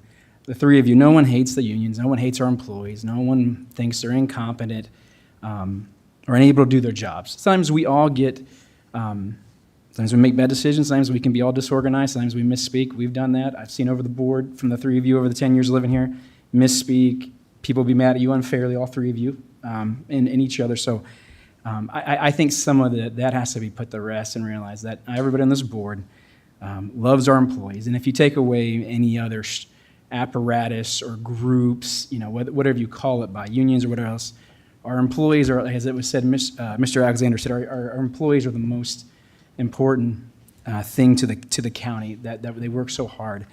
And I think we need to be very clear that myself and Mr. Ung, Supervisor Nelson, Supervisor Taylor, Mr. Raddick support all of our people. We've worked well before with our unions, negotiating, we're working with the reps. So I think anything that keeps perpetuating that can be detrimental. The reason I came out with the statement was just to have a time frame of just where we stand. But it doesn't mean that we devalue or think you can't do your jobs or anything like that. It's just that we need to come to resolution of where we're at. And then once again, the reason I want to go first is that, like I said 2 weeks ago, it was a matter of priority, not a matter of value or worth. So to any of our employees, you can disagree, you may think, I'm blowing smoke or whatnot, but like I said, it was a matter of priority coming from when we had sit-down meetings with our county attorney, other attorneys in the office, directing us that this is we've got to get new hires in here. So once again, I'll be very clear, unapologetic. It's a matter of priority, not a matter of value or worth. I've been a part of businesses where new hires got not better treatment, but maybe newer deals, or the focus was on new hires versus current retention. I understand that if we don't have the employees, it's going to make it harder on our current attorneys, and they may disagree or not, or may think it's as they say the term, it's baloney. But we do want to address retention issues. We understand we have to address retention issues, and so we want to do that. But like I've said, it's a matter of priority. This is first priority, and I'll put it out there as from my pastoral side, to any of our employees, to Ben, I see you sitting in the room back there, and to any of our employees, Athena, Trevor, man, we'll buy you coffee. Let's go out to lunch. We don't despise you. We don't think any less. We say thank you. And like I said 2 weeks ago, it's a high and honorable calling to what our attorneys do. And just because we deal with something first versus retention issues does not mean we value you less or think less of you or don't think that's important. I do think it's important to address retention issues. But with that, I think we have to address the resolution first, the MOU that was put before us and operated in good faith. And that's what my concern is getting this MOU either it's approved or not approved, and that's okay. That's okay. Or I would make a suggestion to the attorneys union, modify the MOU, change it up in the sense of any reduction of benefits. That's fine. We just can't add anything to it, because this is addressing new hires. So if they want to get together, take it apart, take any of the new benefits, take those down to address what's needed, that's fine. On behalf of the board, if the whole 6-month acceleration process was a misunderstanding on us or misrepresentation, then we apologize. And if that's a contingency issue, then I would say, the attorneys union can readdress that if it needs to be 8 months, 10 months, or go back to 12 months. I think that's fair. But I would just say, since this is for information, give them 2 or 3 weeks to look at it, to reduce any of the benefits to what would be fair in their eyes for new hires versus current employees, and then go from there. But for me, this is just a matter of we operate in good faith. And beginning of the year, Supervisor Nelson and Ung and myself, we negotiated 4 union contracts in good faith. I had good dialogue with our union representatives, and look forward to those in the future. To me, this doesn't change anything. And so, Athena, Trevor in the room, I appreciate you guys being in the room. And going forward, I don't harbor this against you. And I don't think any of the board, and you may disagree, but I don't think Mr. Ung or anyone up here would harbors anything, disagreements. I've seen where we've had disagreements, and Supervisor Taylor and I, we've had private phone calls where we've disagreed, but but Jeremy, I appreciated you've been on board with, the board, majority of the board when we disagreed, or where others have disagreed. And so my point is, I don't want to keep rambling. because I know you guys want a decision, but I believe we need to stick to the MOU, whether it's an up or down, and modify it. But it doesn't mean that I'm not willing to look future to retention issues or sitting down with that. I just think this is what was presented, and out of everything that happened, I'll quote a proverb. It is, it's this, and it is this. It is to one's glory to overlook an offense. Now, that may be childish. You may say, well, come on, Dan, geez, wow, some harsh words were said. And yes, some harsh words were said. And Supervisor Young, I don't think you would care if I said this. The next day, I went and confronted him about a couple of those words at the very end. And Matthew took that very well from me. Now, I'm not saying this to publicly embarrass him or shame you or be like, I'm the domineering person, but I did confront him, and Matthew received that, and we talked through things. I said, it wasn't good to say that. And I said, Matthew, I never befault a man or a woman reacting to intense conversations or dealing with, sitting up front and listening to people. Supervisor Taylor and Raddick, you got all three of you over these 10 years have dealt with some long board meetings where people just railed against you three. And that's a hard thing to do. And it doesn't make it right, doesn't make it necessarily wrong to respond.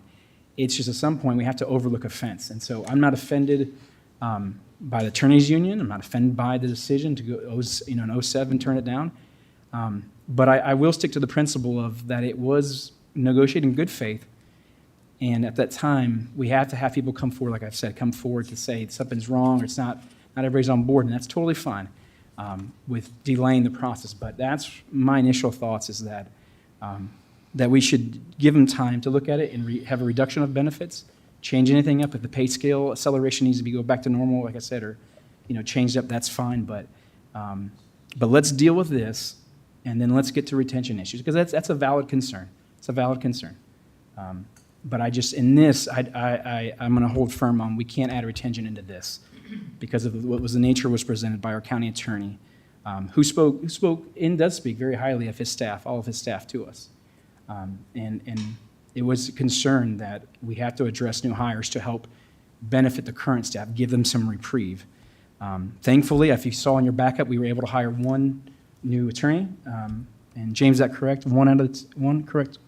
I saw that. We have one starting tomorrow, Okay. and we have another that I met this afternoon, and I'm hoping that I'll have him on the agenda to get started by the end of the month. Okay. Which is good news for us. With that, I would just ask all parties, like it says in Proverbs, it's a glory to a man to overlook an offense. And I would say wholeheartedly, every one of these men up here, I can't speak for everything you do. However, I do know each of your hearts and desire is to benefit our employees. And we can't give you everything. We wish we could pay you double your salaries because you do an honorable and high calling. However, I would just encourage everyone to overlook offenses and realize that we do care about you. The Board of Supervisors do care about our employees. So I won't reiterate and go on, but anyhow. So that's much of my thoughts. But. Mr. Nelson.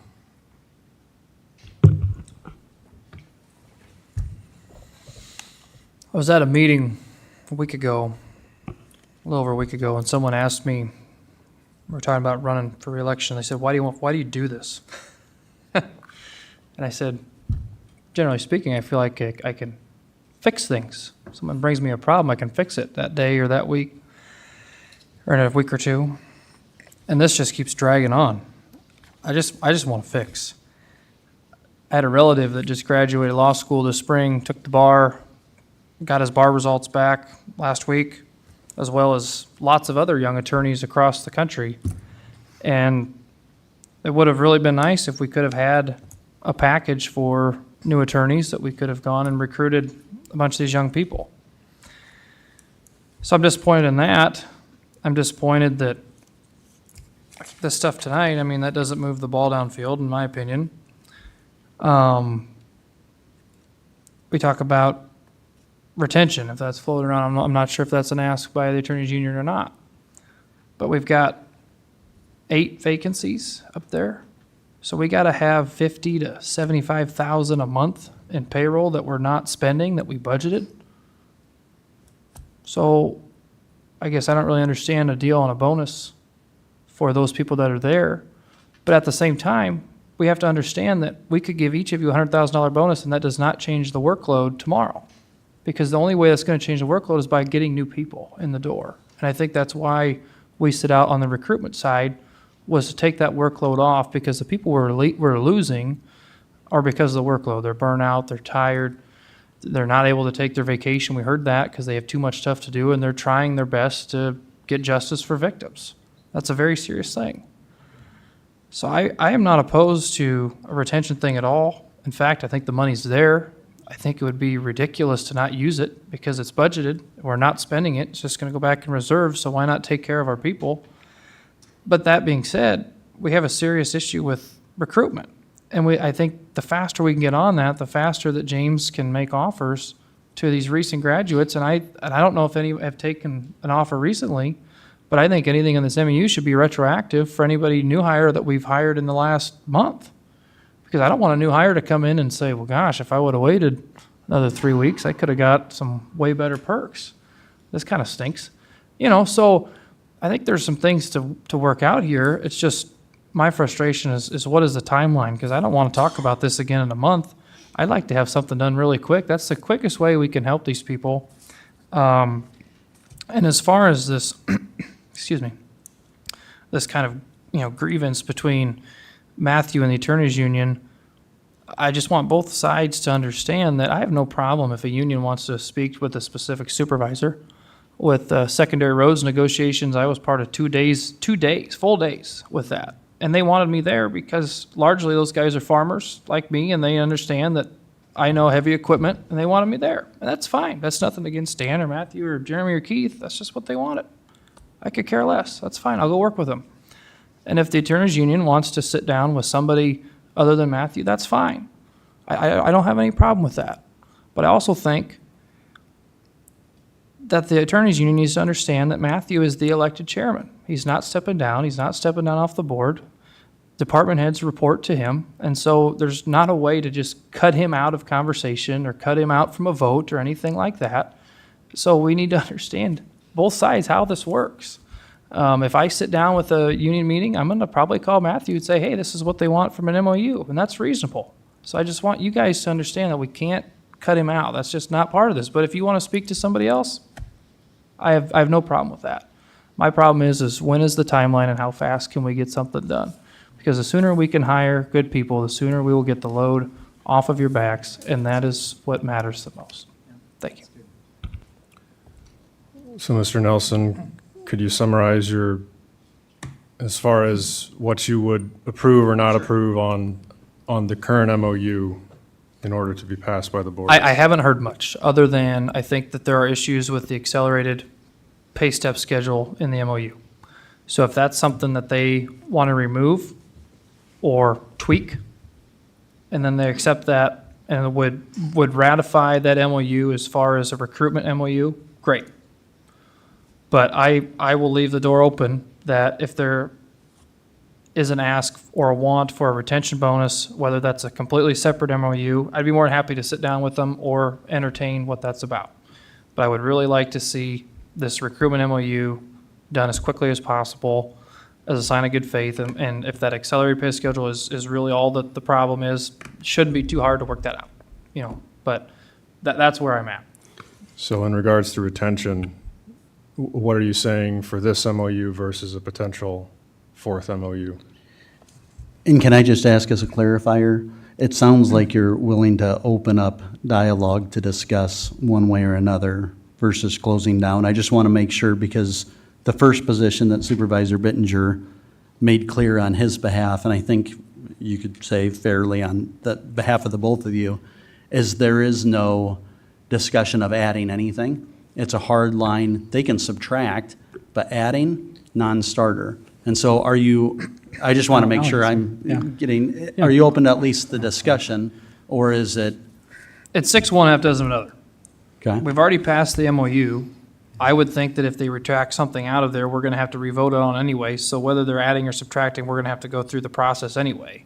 So it really becomes that if the only curveball would be is if they accept it as it is, then it would be a totally separate MOU for anything new. But I would assume that if they're going to retract anything, we would still have to revote on that MOU. So then if you're opening it up, it doesn't matter because you're going to do it again potentially anyway. So that's how I look at that. Well, yeah, that's the purpose of this discussion is So yeah, if they What want, are you if, okay with coming yeah, so back? if they have to if they will not pass the MOU as stated, and if the problem, if that rub is to get rid of that accelerated pay schedule, and if it's gonna have to come back in front of us to ratify, just taking that out, nothing else, well, if we're gonna go that, all that work, then let's hear something else, because at the end of the day, we're all gonna vote on it. Just because they ask for it doesn't mean they're gonna get it. But the big thing for me is I want to see this moving. Right. Because we need to get people hired. And let me clarify for you, Supervisor Taylor. Yes, I'm suggesting that they cannot add anything. But by not adding, drawing a hard line does not mean that I'm not workable, and I want to be very clear. And I don't think you're necessarily inferring that overall, but I'm going to draw a hard line on nothing new can be added. But any reductions, change up the benefits, I mean, I don't care. Be creative as you want on what were the new benefits being added. As long as it agrees with, our HR director and it passes muster in Iowa code, I really don't care.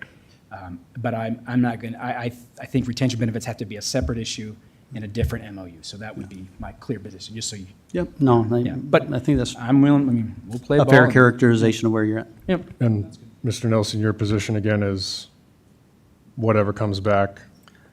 I would be fine opening up the MOU, because if we're gonna do something on retention later, you're going through the same process again, so it's really no difference in work.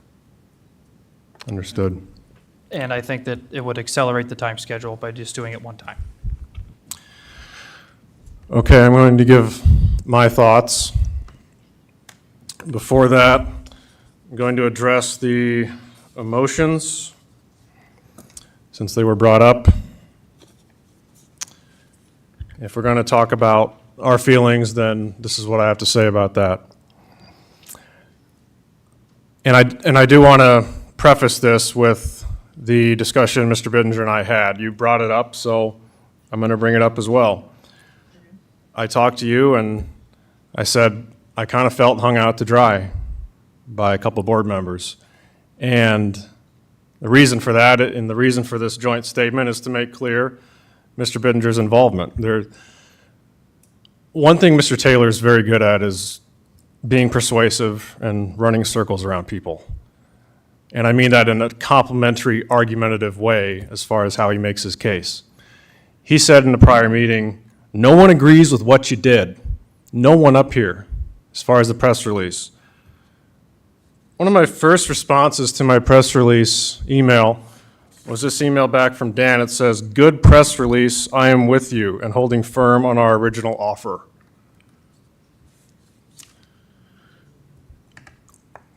So again, put yourself in my shoes. I felt hung out to dry a couple meetings ago. And I felt like for union members to not make their stipulations clear to their own representative, resulting in their own rejection of the MOU, and for the local president to then blame the county for their own miscommunication, shows you're not taking the understaffing seriously. I feel like the attorneys union members are trying to bargain on a crisis, and I can tell you a lot of my constituents feel the same way. But you're not a blight. That was too strong a word, and I shouldn't have said that. Everyone's feelings aside, Mr. Loomis has said publicly that if the attorney's vacancies continue indefinitely, it will affect his office's ability to serve. That means recruitment is priority one, and that's why I'm doing this. Now, if the employees don't want to take Mr. Loomis's warning seriously, and they believe it will not have an impact on the office's ability to serve, then I'm not sure why we're discussing trying to save an MOU. In regards to recruitment, from early January 2023 to January 2024, wages for fully tenured attorneys was increased a combined 16.2%, from approximately $108,000 to $126,000. The county attorney has stated in public that the recent reason experienced attorneys have left is more about family considerations than wages. Therefore, this is not the primary concern. As far as my position on the MOU, I do not support any addition of new terms to this MOU. The board has passed it in good faith. And I would ask my fellow board members, given the unfortunate reality that happened, we know that the attorneys union members did not give their own representative clear direction of what they want, otherwise this never would have happened. The proof is in the pudding. So why would we revise the MOU with entirely new terms and expect a different result at the end? We are setting a precedent for several unions here, and I appreciate Mr. Nelson's position, just wanting to get it over with. I probably would have said the same thing in my first or second year on the board, but I've been on the board 10 years now, and I've been through some contracts, and I've been through some MOUs, and I've been through some different things with wage plan, and one thing the board does is we set precedents. Every single thing we do, every single person in the county that can even be construed to be in the same position is wanting the exact same thing. And it's tough to be in this position as a board. And so we are setting a precedent. I'd ask you, Mr. Nelson, to remember that you're setting a precedent. If we add terms to this MOU, we are broadcasting to all of our unions that they can cooperate with the county until the last step of the MOU process, completely change their minds, and the county just does whatever the union wants. My question in regard, so again, no addition of new terms to this MOU. I would ask, how does anyone privately negotiate with union leaders in particular who publicly argue logical fallacies? And I want to list some. This is in the context, again, Mr. Nelson, of if this comes back, how are we not becoming, how are we not arriving at the exact same position again, and again? Number one, the attorneys are not being accused of conducting any sort of work stoppage, as the state president alleged. But you can't tell me that an attorney stressed with 200 cases does a better job than an attorney working the 40 to 50 cases that the county attorney recommends. The county attorney has reduced the legal counsel supplied to the board and began his term by warning the public that his office's ability to serve may be affected. I'm not accusing the attorneys of stopping their work. I've complimented your work ethic before. I'm not afraid of you stopping or sabotaging your work. I'm saying the empty office next to you isn't working at all. That's a fallacy. Number two, the AFSCME president in his statement, the same day I made my statement, mocks the fact that 10% increases for new hires is significant, saying it's, quote, so-called significant. And the MOU is a, quote, so-called gift. He then says if the increases were effective now, then this never would have been an issue, quote. He blamed the recruitment problem on, quote, years of poor wages that has a negative appeal for anyone applying for the current open positions, end quote. Further stating that the increases were, quote, requested months ago by the union, end quote. If all this is true, then the logical approach is to accept them now, not cut off your nose to spite your face. The biggest fallacy in this entire debate is that the union wants me to apologize for blaming the union for rejecting benefits, when the union president himself admits they want the benefits Woodbury County is offering. Number three, everyone with the union admits I was the one who reached out to help the union. And then the union boss from Des Moines complains on behalf of the attorneys of, quote, lack of support, end quote. I am literally trying to reduce the attorney's workload while they file charges against me. Who else on this board would do that?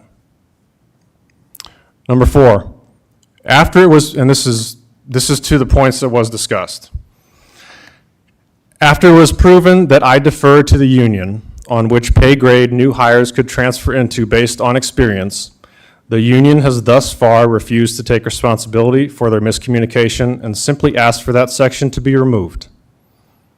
The public deserves to know, did the union representative speak out of turn when speaking to our HR director and not consult his union members before speaking for them? Or did the union members not advise their own representative? This is important because if we're talking about who is allowed or encouraged to speak on the board to the union or vice versa, it would be helpful to know who we're supposed to be talking to, because there is obvious miscommunication in the ranks. Also, given how fast current employees would, and that's why it surprised the board. That's why all five of us said we were surprised. Also, given how fast current employees would advance up the pay scale based on the 6-month increment, this issue would evaporate in, I believe, 12 to 18 months, as all current attorneys would be fully tenured. Furthermore, I discussed this with the county attorney, and he committed to me that his understanding and preference is for each step to represent 12 months rather than 6, just like the union now wants. and he would not give more credit than that for each step as he hires experienced prosecutors. I even told this directly to AFSCME President Todd Copley on September 9th, and that I would support removing this from the MOU to make them happy. This particular issue could have been resolved at any moment over the last 2 weeks. To your point about why are we dealing with this for so long? An offer to resolve this privately was made to the AFSCME president because the union representative declined a meeting with me. This only validates my press release in which I said private appeals have failed with this union. So that is my stance. The miscommunication issue, which is not really an issue in practice about the hiring experienced employees, can be removed, and the board can pass that MOU. If we're going to completely change the focus, I believe the board needs to discuss a separate process and make a clean break here, because again, the question for you, Mr. Nelson, if you are the guy and you do exactly what I did and you reach out and you have a great meeting and you're lauded by other supervisors and you're complimented, and then you get to the 1 yard line and they completely change what was discussed, how is it going to be any different other than the choice of words you'll use to express your displeasure? Mr. Chairman, can I draw your attention to the bylaws, which give 10 minutes per person? I think we're moving down the line. I was finished. Thank you. All right, so if I can weigh in, I agree 100% with Supervisor Nelson. I don't know if I could say it any better. If you start off with, respectfully, Supervisor Bittinger's like, you can subtract from the MOU, but if you want to add anything, we're not willing to talk. That's part of the reason we're in the problem we're at. You've only heard 2 supervisors represent tonight that that's their stance. This agenda item says board discussion to reach consensus and give direction for the chairman to draft a resolution. It's clear there's no majority that believes that the chairman drafting anything on behalf of any of us is a good idea. In fact, it's preempting the next agenda item, which is to remove the chairman in terms of not his position. He's going to vote and he's going to be involved. We all recognize that. But in terms, the union's asking not to work with him. And I understand why. And I appreciate that you essentially said privately that what he did was wrong. I hadn't known that you commended the press release. I assumed that we all thought that that wasn't a good idea. But right now, I don't want to have a discussion about what did Matthew Ung do 8 days ago? What did the union do 19? Who cares? I mean, to Supervisor Nelson's point, does this really help to address the staffing issue by the elected official down at the end of the row? It doesn't. Let somebody else be in the room. I've heard from not the union, I've heard from the nearly 80% of the attorneys directly, the prosecuting attorneys. We don't want to work with Matthew Ung. And I don't, respectfully, I don't blame them after what they were called. And I'm sure that there were things on, if they had it to do over that could have been communicated. Fair point. Do we need to go through the last 42 days of the misstep? No, let's go forward. Let's put another person in the room. I don't care if it's Mark and Keith. I don't care if it's Mark alone, Mark and me, Mark and Dan. And they're asking, can we have a conversation? It's got to be approved by us. The last I checked, we're a board of 5, all separately elected. We'll have to vote to ratify this thing anyway. I don't think it's going to cost taxpayers. We're not going to get paid any more to have 1 or 2 of us sit in the room and hear, what would you like to see in there? It would have been nice to see, and I've expressed this during that time, but that's water under the bridge. We're where we're at right now, and if the hard line is sign it, sign it, sign it, and if you want to subtract things, I'm willing to listen. If you want to add something, it's a non-starter. It's not going to happen. And this idea, let's do a two-step dance, sign this and then we'll talk about the next one. That's not happening either. I've been doing this long enough to know that those people are a lot smarter than that. So I don't want to talk about who said what, when, because it's not going to address the issue. And that's what I want to see. That's why the next agenda item is to approve new liaisons. And I agree also with Supervisor Nelson. Matthew Young is still going to be the chair. He's still going to have a vote on that MOU when it comes back before the board.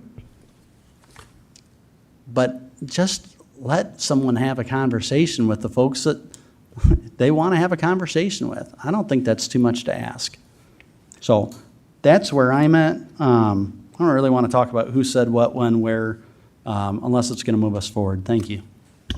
But I agree with what Matthew Ung said. And I hope you guys are listening, because all of us were surprised by what happened. And I think if all of us are surprised a second time, I'm not going to be happy. I'm more than happy. We just worked on the wind ordinance for the third time, 3 years, right? We're still working on getting that done. It's human nature. We figure out things we need to do better. We want to change it. That's fine. I don't think there's anything wrong with that. But if we sit down again, we go through this again, and we're blindsided at the 1 yard line, there's not going to be many friends left up here. So I think I'm willing to forgive and forget and get something done, and quickly, hopefully.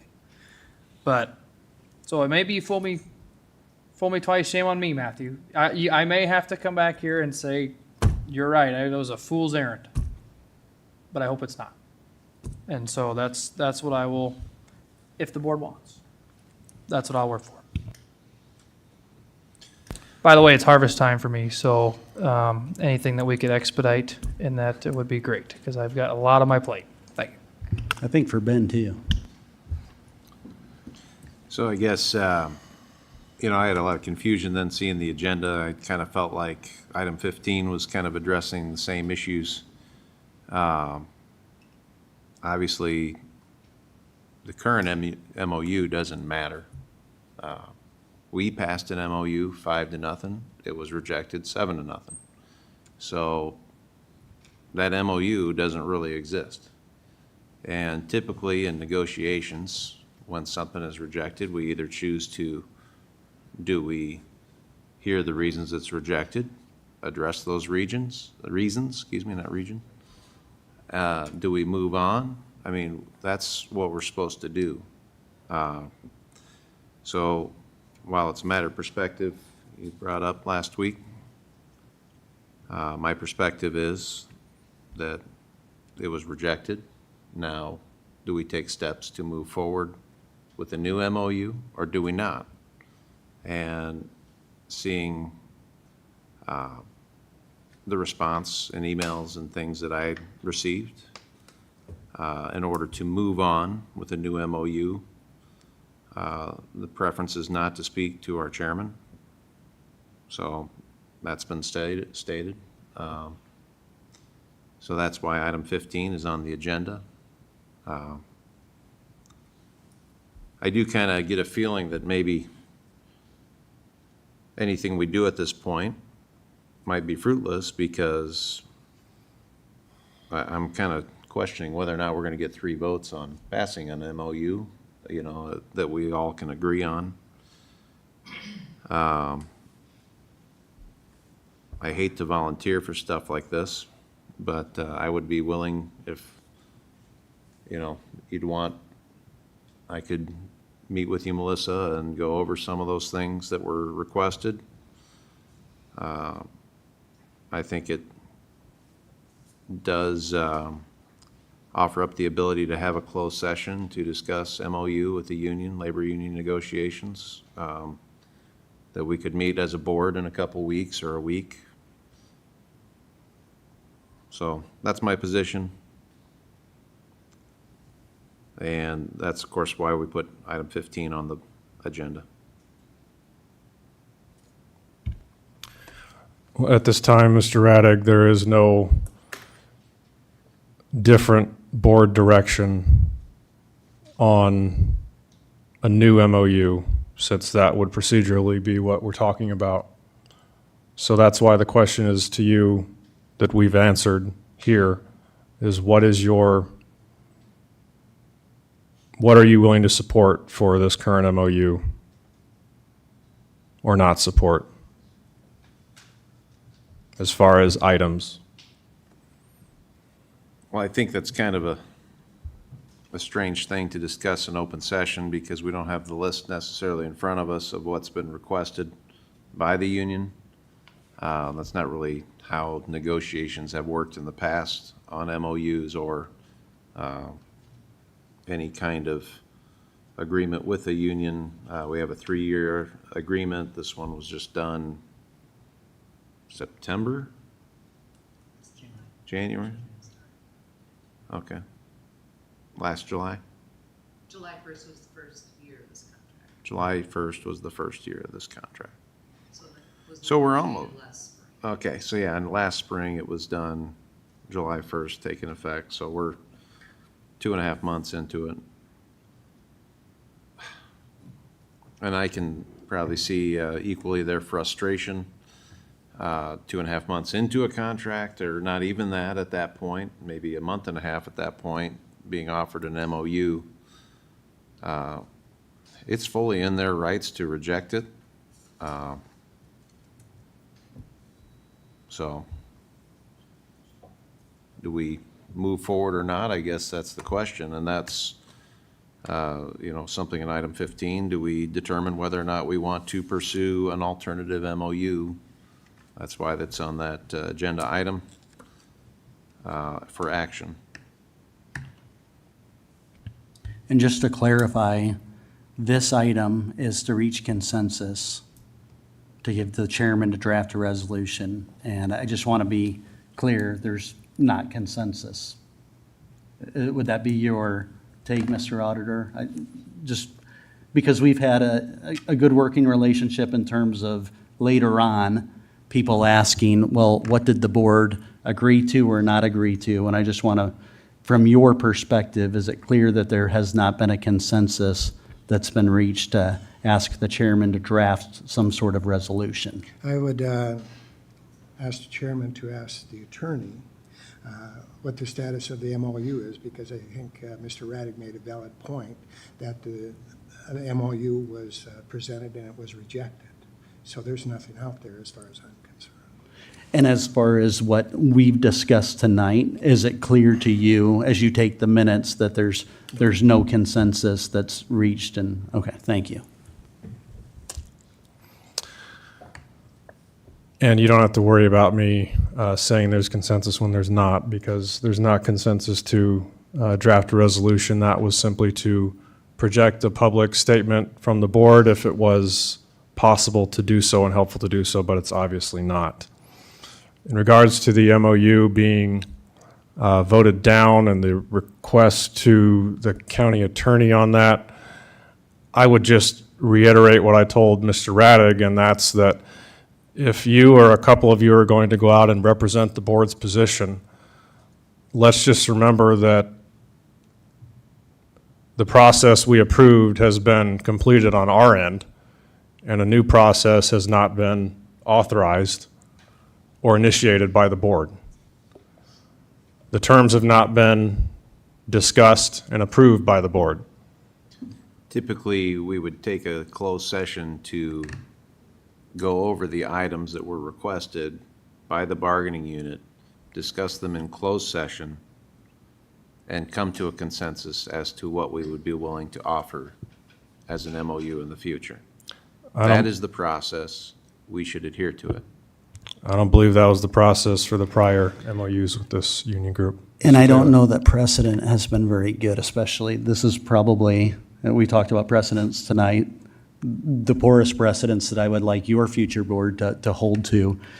Just as the oldest member up here with the faultiest memory, was there a vote authorizing you two as supervisors to engage with the union on drafting an MOU in the first place? The direction was to work with the HR director to draft the MOU. So we put on the agenda authorization for Supervisors Bittinger and Unn to work with the attorneys union? Just even before you No. guys started discussions, was there a precursor to your discussions that said, okay, now go and start having these negotiations and discussions? I don't remember it, but again. No, as I just stated. Okay, so. No, excuse me, I'm answering your question. Okay. As I just stated, the motion was to direct the HR director to draft an MOU. And I would point out that there is no official, I mean, if there is, it's kind of meaningless, liaison to the HR director. Because So, the yep. chairman still supervises the department heads day-to-day under the policies set by the board. And the policy set by the board was to pursue this MOU with the HR director. So I think that's very helpful. Because what you heard was you would need some sort of like new authorization, new motion by the board to start a new MOU discussion.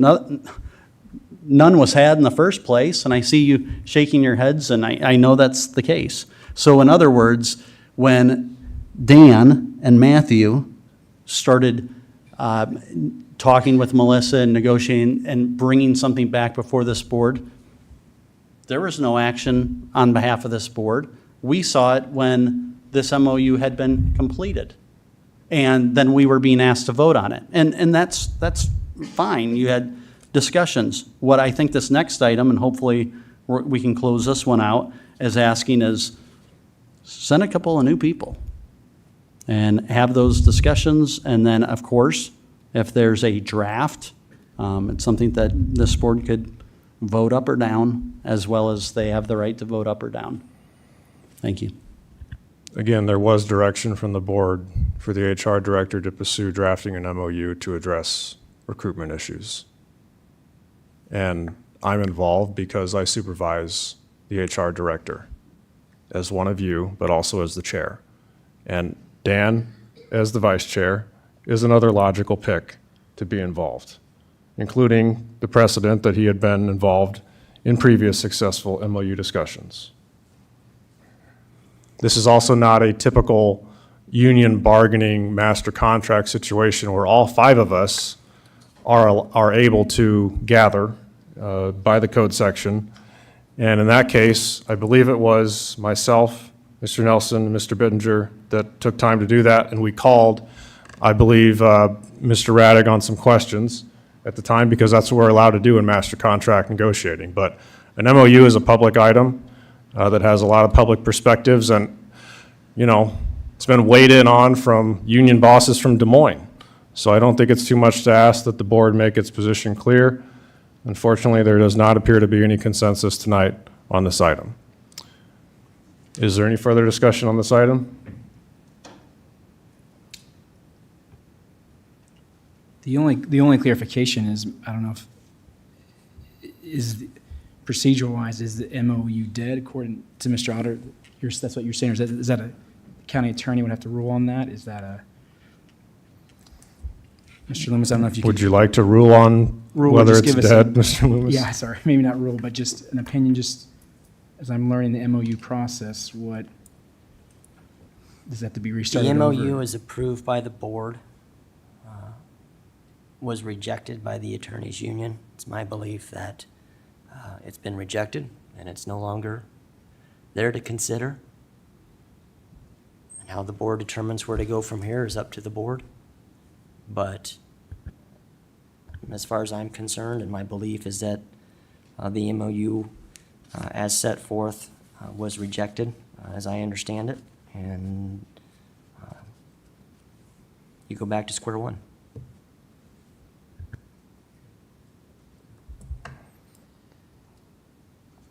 And there has been no further board direction to pursue another MOU at this time. Correct. Did you say correct, Mr. Loomis? Yes, I would say correct. That's Thank you. correct. Any other comments on this item? All right, we'll move on to item 15 for action. This is from Board of Supervisors, Mr. Taylor, Mr. Radig. Approval to designate new liaisons to work with the County Attorneys Union in order to come to agreement or modification of the current MOU to address staffing shortage and retention issues or determine whether it is in the county's interest to pursue the alternative MOU. Mr. Taylor. Thank you, Mr. Chair. So I think that actually provides the perfect segue, and we don't have to iterate or repeat all these different points that are in the backup, which is that I think, or we think, I think it's fair to say that having a couple of new supervisors sit down and work with the attorneys union and coming up with an MOU that can satisfy both parties is in the interest of the county and the county attorney's office. And so that's what this is, because we've had this discussion, I think, in the previous item now. I think that having Supervisor Nelson, Radig, a couple of new faces in the room, I think can only help the situation. And I'm hopeful at the end of the day, whether it's a couple weeks, 3 weeks, however long the sausage takes to make, that we have an agreement that moves Woodbury County forward. So Supervisor Radig? And then, like I said, I kind of wanted the language on this item to be left open. Maybe we determine we don't want to pursue any alternative to the MOU. If that's the case, then we just say, as a board, we're done pursuing an MOU and it's done. So, I don't know, I tried to be kind of clear on this, that, yeah, I can understand, why they would like to maybe work with somebody else at this point. I know for your sake, you probably wouldn't mind not working on it at this point either. But at the same time, we have to determine as a board, are we going to pursue an alternative MOU because the one that's been presented was rejected? Or do we not? So I personally could go either way on this. I kind of felt like we did offer a good MOU, but at the same time, I'm not in the position to be voting on it and receiving it as the union was. And I can absolutely understand why they would reject something like that. So I'm not one to like to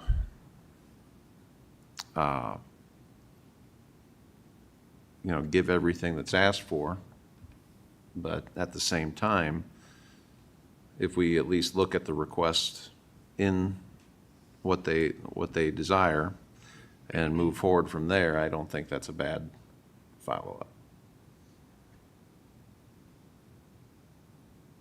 Clear as mud. And at some point in this discussion, if they're willing, I think because they're in the room, unless they choose not to, it'd be nice to hear from one of the county attorneys whose discussions on this item are going to be affected, and at least offer that opportunity. So that's why, whether that's after, that's up to you, Yes, Mr. Chair. after, of course, after board discussion. Sure. I think to Mr. Raddick's point, the board does need to figure out if it believes the county attorney or not. Because either this is a issue that could potentially affect the ability to serve in the office. I'm just quoting the county attorney here. He read a statement he read in January, I believe, 2023, after he took office, when he had, I believe at that time, 5 vacancies. If it continues indefinitely, will begin to have an impact on the county attorney's office to serve. Either that's true or that's not as big of an issue as we've been led to believe as a board. I want to highlight something in this agenda item here. First of all, Mr. Taylor said earlier he doesn't want to talk about who said what, when, where. He's quoting who said what, when, where in this item, emotionally charged statements from myself and also the attorneys. I meant after we had gone through all the protracted preemptive agenda item. I just didn't think it was helpful. Okay. Thank you. The agenda item submitted by Mr. Taylor, Mr. Raddick, addresses, quote, an MOU to address staffing shortage issues for public safety. Who else used the words public safety in regards to this MOU? Me. This deeply offended at least one board member and the union, that I would say that rejecting increases to new employees would endanger public safety. The item itself that we're discussing uses the words staffing shortage issues for public safety. It's just so ironic that I can't agree with you guys. Just let me know when I can agree with the county attorney, with Mr. Taylor, with the union, that there is a public safety issue presented by a severely understaffed prosecutor's office. By default, the liaisons for union relations are the chair and the vice chair.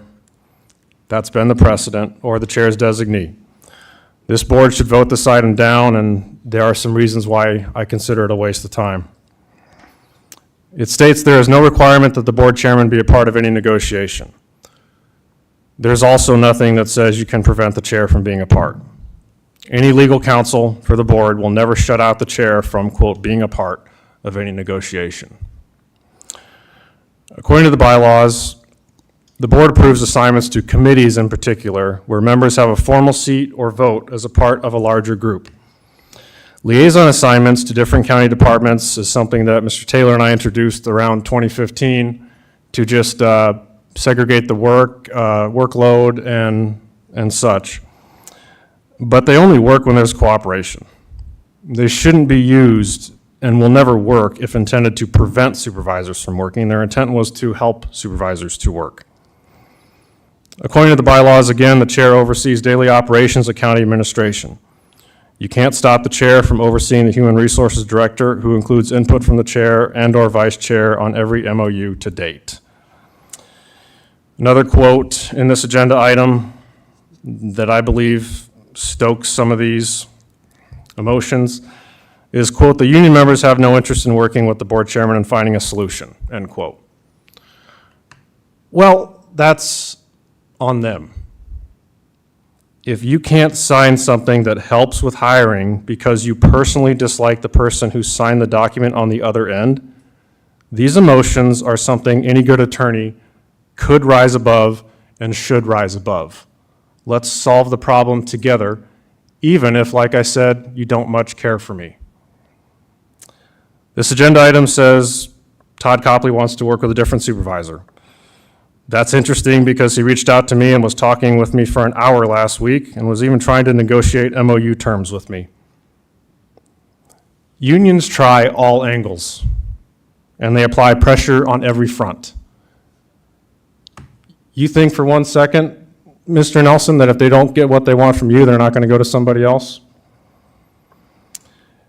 And most importantly, in the last few weeks, I assume all of you have spoken with either Ben Ingersoll or Todd Copley, and that's fine. Obviously, this agenda item is put on in response to what the reps wanted on one of the things that reps wanted on the agenda. So what's stopping you from trying to work with them?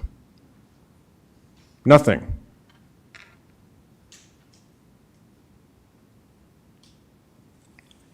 No matter who is chair, there has never been anything prohibiting any supervisor from talking with and working with any department head, elected official, or outside entities like unions and business organizations. But the chair will always have significant influence. This agenda item is a waste of time. Mr. Nelson or Mr. Bittinger, do you wish to speak?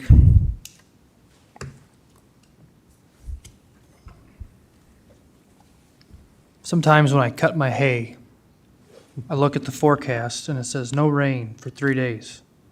So I cut it, and then it rains. And then I got to go out there, and I got to rake it and flip it over so it dries out. And then it rains again. And I got to go back out and rake it back the other way so that'll dry out. And then maybe I'll get it baled. I made 2 completely unnecessary trips to get the job done. But I still got the hay at the end of it. I've said since day one, I do not appreciate what happened. But we need attorneys. And to not reopen this and try to get an MOU doesn't fix anything. And so, and I also believe that, and I agree with you, earlier you said that you've heard from people that are frustrated that they haven't accepted the offer. I've heard that too. I've heard that too. But it's also a hard job. That's what makes it so hard to deliver results. And so if we have to go back a second time and they reject it, if we can contain our comments, then we might just have to let it hang and the public will know that we tried. I think we do have to try. And it sucks. Just like I have to keep flipping my hay so it'll dry. It sucks. I don't want to bounce across that field any more than I have to. And so what I ask of you guys, will you be serious and come back to us with some real things that we can accomplish quickly and move on past this? Get the hay in the barn. It's enough farm talk. Well, for me, it comes down to this. I don't always, I'm not going to use the word drama, but I understand the reason for putting 15 on, and I get it, the concerns, right? We want to see something move down the field. I think everyone up here wants to benefit our employees, so, all right, it's on here. But the update from our county attorney, I have to take that as new information, that if the MOU is currently dead on the water from a legal and procedural perspective, I have to trust that. And I still believe that what our county attorney said to us is that, right, it's catastrophic. We have to get people in the board, people into the county attorney's office. We have to address that issue. So I don't think that negates that if I take our county attorney and legal perspective at his word that if the MRU is officially dead in its current state, I still think the catastrophic concerns of the office that we have to have new hires. I think everyone agrees, and I think plain and simple, we have to have new hires. We have to have people in the door. So it would seem that we would need to come up with a new MOU. Now, it doesn't negate the stance that I still think that we negotiated the first one in good faith, and I think Mr. Nelson said, and Mr. Taylor and Chairman Ung, that the board was very surprised. And I think I will use the word disorganized, and I hope the attorneys hear me in the room. It doesn't mean that you're incompetent or not smart. It just seems there was something we were all surprised. And I think that I agree with Supervisor Nelson. We can't have that again. There has to be clear communication. And so, or at least, like I said before, the willingness to come forward and say, we disagree this or that, don't give it full approval, which I think is a reasonable ask. But based upon Mr. Loomis's, and I trust him, his legal governance of our county watching over us, if it's from a procedural standpoint, the MOU is dead, then I think we have to go back to the drawing board. But what I don't like is not the preference, is the, I want to be very clear, you can't push the chairman out, which is agreed, and I don't want any supervisors to make this about pushing someone out and getting new people in for any political reasons, publicity. I don't care what any other businessman or woman in this county thinks. I don't care. It is true procedural-wise, the chairman will always be involved, which Supervisor Nelson made a fair statement. You can't censor any of the 5 elected officials or any of the other elected officials in this room. But I agree with Supervisor Nelson. We cannot have misinformation, not clarity. I would encourage, if future dealings need to be written down when the meetings are over, it needs to be detailed notes. Have a secretary to take the notes, that it can be shown what was said or not said. I think that's for both parties involved, just so there's clarity. That's how I operate in my other board meetings, and so I would just offer that. But I think based upon the updated information, which I did not know that the MOU would be dead from a procedural and legal standpoint, then I think we have to look at addressing that going forward. And but I don't change my stance on. I think that I would have not changed the original MOU or added anything to that. I think I still would have been in its entirety, in its originality, would have to be voted on that. But if it's dead in the water, then I would say we have to go back to the drawing board. And I would think to anyone up here, to you, Chairman Ong, or anyone up here, the rest of my colleagues, doesn't negate what you've done. It's not a loss. It's just, okay, I'm learning this about the MOU process. This is my second MOU, first one not to be voted down, so I'm learning, and I don't think that's a shame on anybody up here, or a loss. I just think that if we go forward in these negotiations, like I've said, we've had 4 good negotiations this year. They went really well. We worked well with you, Ben, with you, me, Matthew, and Mark in the room there. All 4 of us went really well.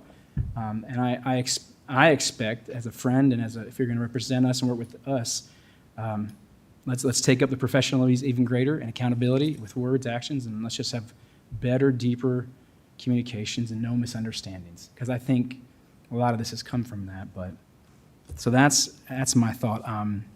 With this, I wrote down. It's been said any supervisor in here could come into any of these meetings and work with him. But the way to go from here, I don't know. What I don't want is, or the perception is, kick out one to get what we want or to bypass. I think that's bad on both sides of us, and you can disagree. Attorneys, you may disagree with me or that, but that's not good for you guys, and it's not good for us. It's not good for the supervisors or any union to try to anytime since under chair, whether it's Supervisor Taylor up there or Radig up here as a chair, I would say the same thing. That you can't bypass the chair and try to push out. And I don't necessarily say you're pushing them out, but I just think we have to be very careful how this is done and weighed. So I don't know. I don't know my response to this, or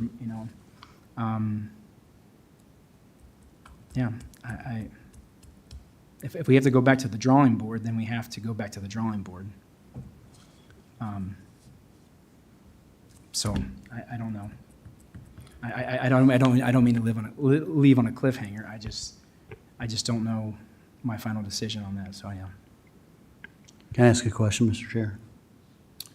Yes. Supervisor Nelson, I appreciate your, Paul Harvey, God gave us a farmer, and so he did on the board. So is this something that you would be, I know you're a busy man, but would you be willing to, the agenda item contemplates new liaisons and understanding your busyness, but I do think that you are somebody that has earned the respect of one of our unions, that you seem like somebody that wants to move this forward to get something done. Would you be willing to have a meeting to work with HR to be one of the supervisors that takes this on for the good of the county? No pressure. So you asked me for my opinion now, but not to be on the LEC authority? Whoever it is, it would be at the pleasure of the board, but I think I'd be curious to see who the attorneys union would like to. They could have some input. Obviously, the board's going to vote however they're going to vote. Somebody could be sentenced to that, but I'd be interested to see who they'd like to work with. Yeah, I would too. But I will say this. I hear that word, but I think the supervisors all over have earned the respect of the unions. So I understand when you use the word of respect, but with Supervisor Nelson, but I would say all the supervisors ever have earned the respect and have worked hard to benefit the union. So, And I didn't want that to be taken that anybody Sure. hasn't. Right, and I'm not saying necessarily it was as an outright slight. I'm just clarifying. Yeah. No, it was only laudatory Right. for Supervisor Okay. Nelson. All right, just to be clear. Yeah, I appreciate that, Supervisor Taylor. Okay. Is the board finished? Would we like to have public comment? Okay.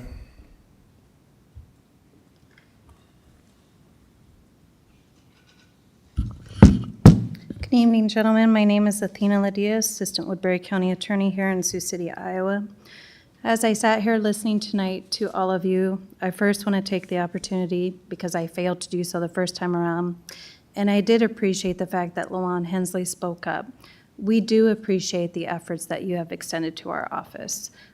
We have obviously been under a plight for some time now. It's wearing on all of us, especially my boss. We recognize that. And we do appreciate the fact that you recognize those things as well and are reaching out to try to make the changes necessary to ensure that our office eventually becomes fully staffed again. But as I listened last time and today, and I get upset because the timeline that has been alleged is not correct, and it's never been correct. And it seems like everybody seems to overstep what actually happened. We were notified that Mr. Ung wanted to reach out and possibly pursue another MOU. We've been through this process twice before. We never had a problem before. And the process was the exact same, but this time completely different of how it went down. The last 2 times we met, we discussed things. Melissa wrote it up. She sent it to us. We made some changes. We corrected some things. As attorneys, that's what we do. Make sure the language is right. We sent it back, and then eventually it was signed. That's not what happened this time. And I don't really know why there's a deviation, but we were expecting it to go the same way it did the 2 previous times. When we sat down, I took notes because Mark Campbell trained me CYA, cover your blank. I took notes about what we discussed in that meeting. One of those things was about the remote work. And Melissa and I and Mr. Ung had a conversation in front of multiple other people that remembered the exact same way that we couldn't extend it to new hires if it was going to expire. Imagine if you were the 16th attorney that's getting hired. So your previous counterparts just got offered remote work, but oh, you're the 16th person, now it's not going to go into effect because the 17th attorney is Mr. Loomis, okay? So that makes no sense. It doesn't go into effect for anybody. It doesn't exist. Additionally, this language we've talked about, and is already self-admittedly, those things were changed after our conversation. I don't really care how they came to be. When we had even non-union members coming up to saying, please don't sign this, because basically I could quit tomorrow and try to get rehired and make more money than I'm making now, or I'm gonna have to train somebody who's making more than me. Why would we ever, we don't just stand for union members, we stand for our entire office. Those things were changed, that's why we reacted so strongly. I did not attend the meeting, I wasn't present. However, I was preparing for a jury trial. I did speak with Melissa because I said by Thursday, the week before your board meeting, I said, I haven't seen a written MOU. I called her on Thursday and she said, oh, we're putting it together. And I said, okay, well, send it to me. And she sent it to me and I said, Melissa, there's a problem. We didn't discuss these things. This is not what we discussed. This is not what we agreed to. I assumed incorrectly she would convey that to Mr. Ung. She did not. So on Tuesday, in the middle of the trial, I ran into her in the elevator, and I said, so what's happening? Are we going back to the drawing? What are we doing? Well, we're proceeding forward as planned. Really? I quickly dashed off in the middle of a trial an email to Mr. Ung and everybody else like, hey, whoa, slow down. This is not what was agreed to. And then it's coming in like we're acting at the last minute. That's not how the timeline went down. Additionally, even Mr. Loomis had emails back and forth after we met where he said, hey, maybe we could add this to the MOU. What do you think? And I won't go into detail what that was, but we were still in ongoing negotiations, and then the proposal just submitted to you to agree to when we haven't even seen it. That's not how things work. That's not how the last 2 MOUs worked. And I just need to clarify that. We're not acting like children, and we're not unserious people. We take our jobs very serious. And you know darn well that we're not upset about the fact that you're upset about the fact that we didn't sign it. We're upset about the name calling that you continue to do still to this day. We don't want to deal with you at all. Mr. Nelson, Mr. Bittinger, Mr. Taylor, Mr. Raddick, any of you are fine.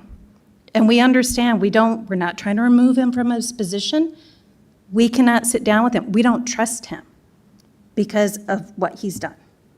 So we're asking to still consider what our office is going through. We're asking for you to sit down with us again so we can come to an agreement, get the people that we hired need into our office, but also don't cost us to lose more attorneys and experience on top of that. Our office cannot function with just newly hired attorneys, and Mr. Loomis would be the first to tell you. What we've suffered in the last 2 years is loss of experience. If you don't have anybody training those attorneys, they're not going to know what to do. And unfortunately, Mr. Loomis cannot be in 12 places at once. I appreciate your time. I'm asking you, just like Mr. Ong asked us, put your emotions aside, because he's the only one that's not willing to do so. Let's start fresh and get the job done. Thank you. Thank you. And I am willing to do so. That's why I'm continuing to work on this when it benefits me exactly nothing. Because it's the right thing to do, and it's because I'm trying to help the county attorney and a friend. That's why I'm doing this. It's not that I don't trust you personally, even though you don't trust me personally, but it's hard to trust the negotiation process with your union when you refer to notes about a meeting in regards to the work from home provision, which is another topic I'll discuss. But then the reason Mr. Bittinger and I immediately said this is a no-go on the revised version you sent back was because none of that was in the meeting. So it is extremely, extremely disingenuous to hold the board to a standard of we need to stick with exactly what was discussed in the meeting when the proposal back to the board after we approve it in public with no dissent publicly is to provide items that were completely not addressed. And again, Mr. Nelson, you take this on, the same exact thing. You said fool me twice. What about fool me once on a catastrophe item that needs to be fixed right now? Is it excusable to fool you once? I don't think it is. So that's incredibly disingenuous to say stick to the notes when the reason the attorneys union has not made public their revised asks is because none of it was discussed. None of it. Melissa, were the items in the revised MOU sent back from the attorneys union discussed in our meeting on the 8th floor, which you attended with me?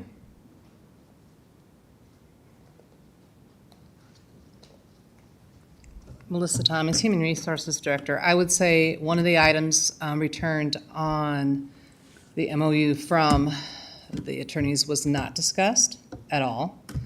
And then a couple of the other items were changed to administer in different ways than that was discussed. Thank you. That's all I have for you.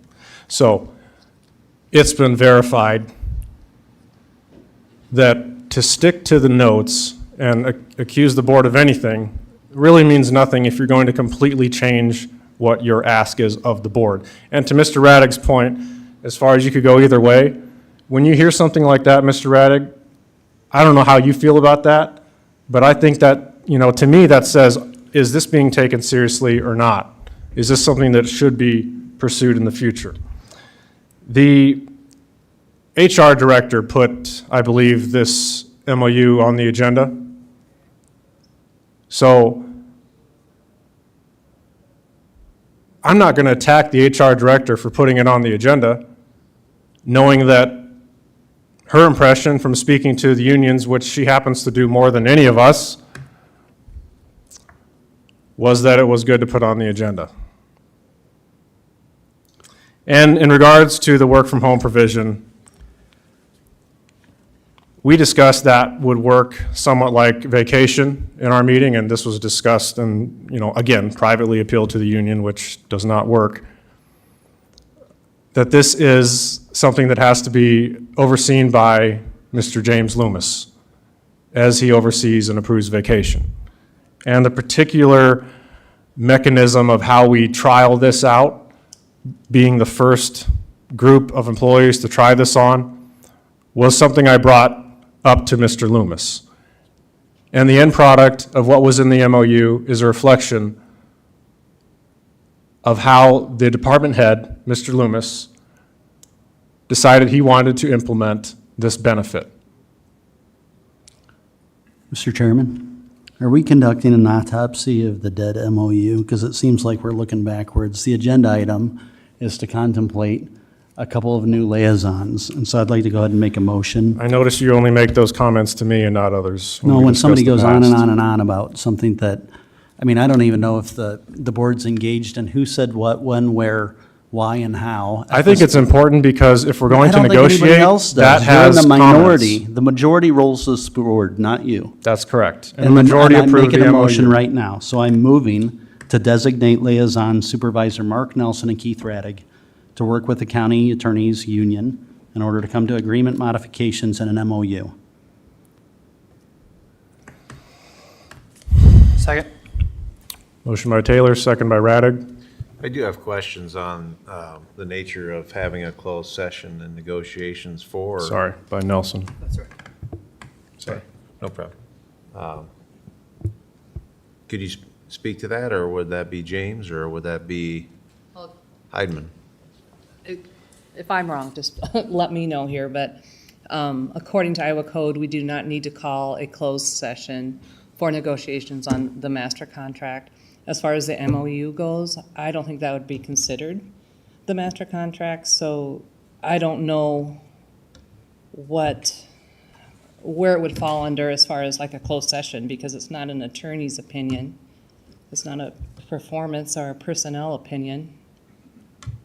Because again, I don't know if we could, I think it would what be that would fall important to under. have an attorney's opinion on whether or not we can go into basically a session with the majority of the board to discuss terms of an MOU, because, well, I think it's important to have, people discuss, okay, this is what they do want, but I still think it's a board decision before it's on a public agenda as to what should be passed.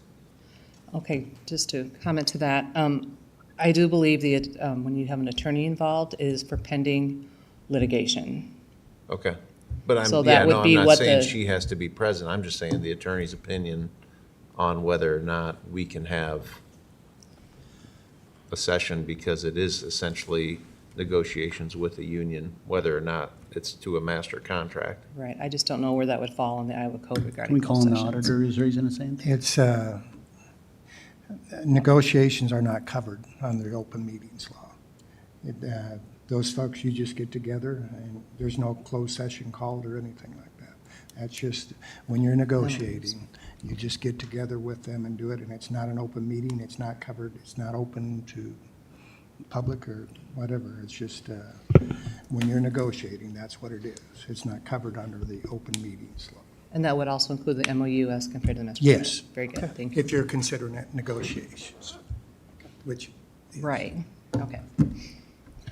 And I'm just saying is, if I'm going to be doing any negotiations on behalf of the board, I want that, I want us to discuss it in open session rather than excuse me, Can we just kind of clarify where we're at here? There is no MOU out there. Right. We've established that. There's no consensus. And right now, what you're considering is to override the bylaws, because the chairperson is the one that's in charge day-to-day operations, to work with the human resources when it comes to those type of things. Correct, so if I need to amend my motion to include that, I can, but I also want to make sure that the previous motion is, so would I need to amend that? No, it's just. Okay. But I just wanted to explain that. You're clarifying the effect of the Yes, motion. that's what you're doing, Okay. is you're overriding the bylaws. I appreciate that, and consider. I appreciate Supervisor Radig's carefulness in negotiating or maneuvering this, if that's the majority of the board and what carries. I just request a record vote. And Mr. Bittinger, you had something. I would caution the board not to, for the motion, not to amend it to say override or suspend the bylaws regarding the chair. I think if you're gonna. But that's what it is, as the auditor has stated. Okay. Yeah, and so I won't, to your point, Mr. Bittinger, I won't wanna make sure include in I'm my clear. motion to Okay. do that. Okay. I just want to be clear on Yep. that. So Okay. right now, I we just have a wanna make motion sure. by Taylor, second by Nelson, and a request for a record vote. Right. Okay. Is there any further discussion? I would just like to add that everything that she said was new information to me. I was not aware that there was a request to not sunset the work from home. To me, that would just have been a no-brainer to throw that out, because I don't think the hiring or retention is going to get any easier as we move down the line. And I see that as a perk that is not only in high demand today across the country, but is one that we wouldn't take away, because I think it's going to continue to stay that way. So yeah, I guess I just wish I would have known that. But neither here nor there. Mr. Loomis, do you want to address the work from home?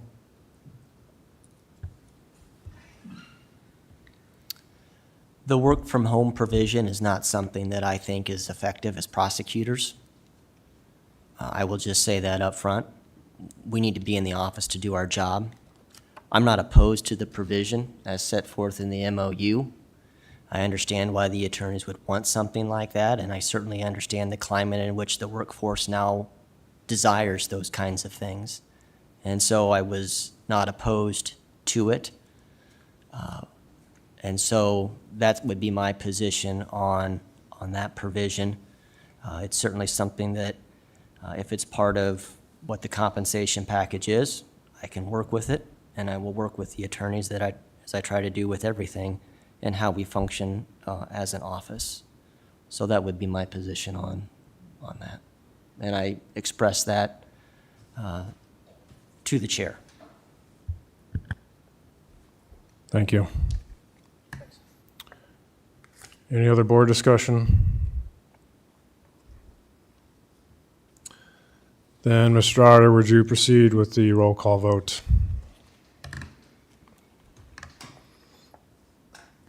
Can I make one quick comment? Yes. I don't want to belabor the moment. I know everybody, it's been a long meeting. In light of the new information, I understand the MRU is dead. With that. Call for a roll call. Okay. Okay.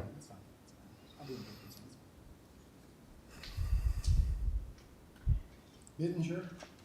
Aye. Aye. Nelson? Aye. Radig? Taylor? Aye. Ung? Nay.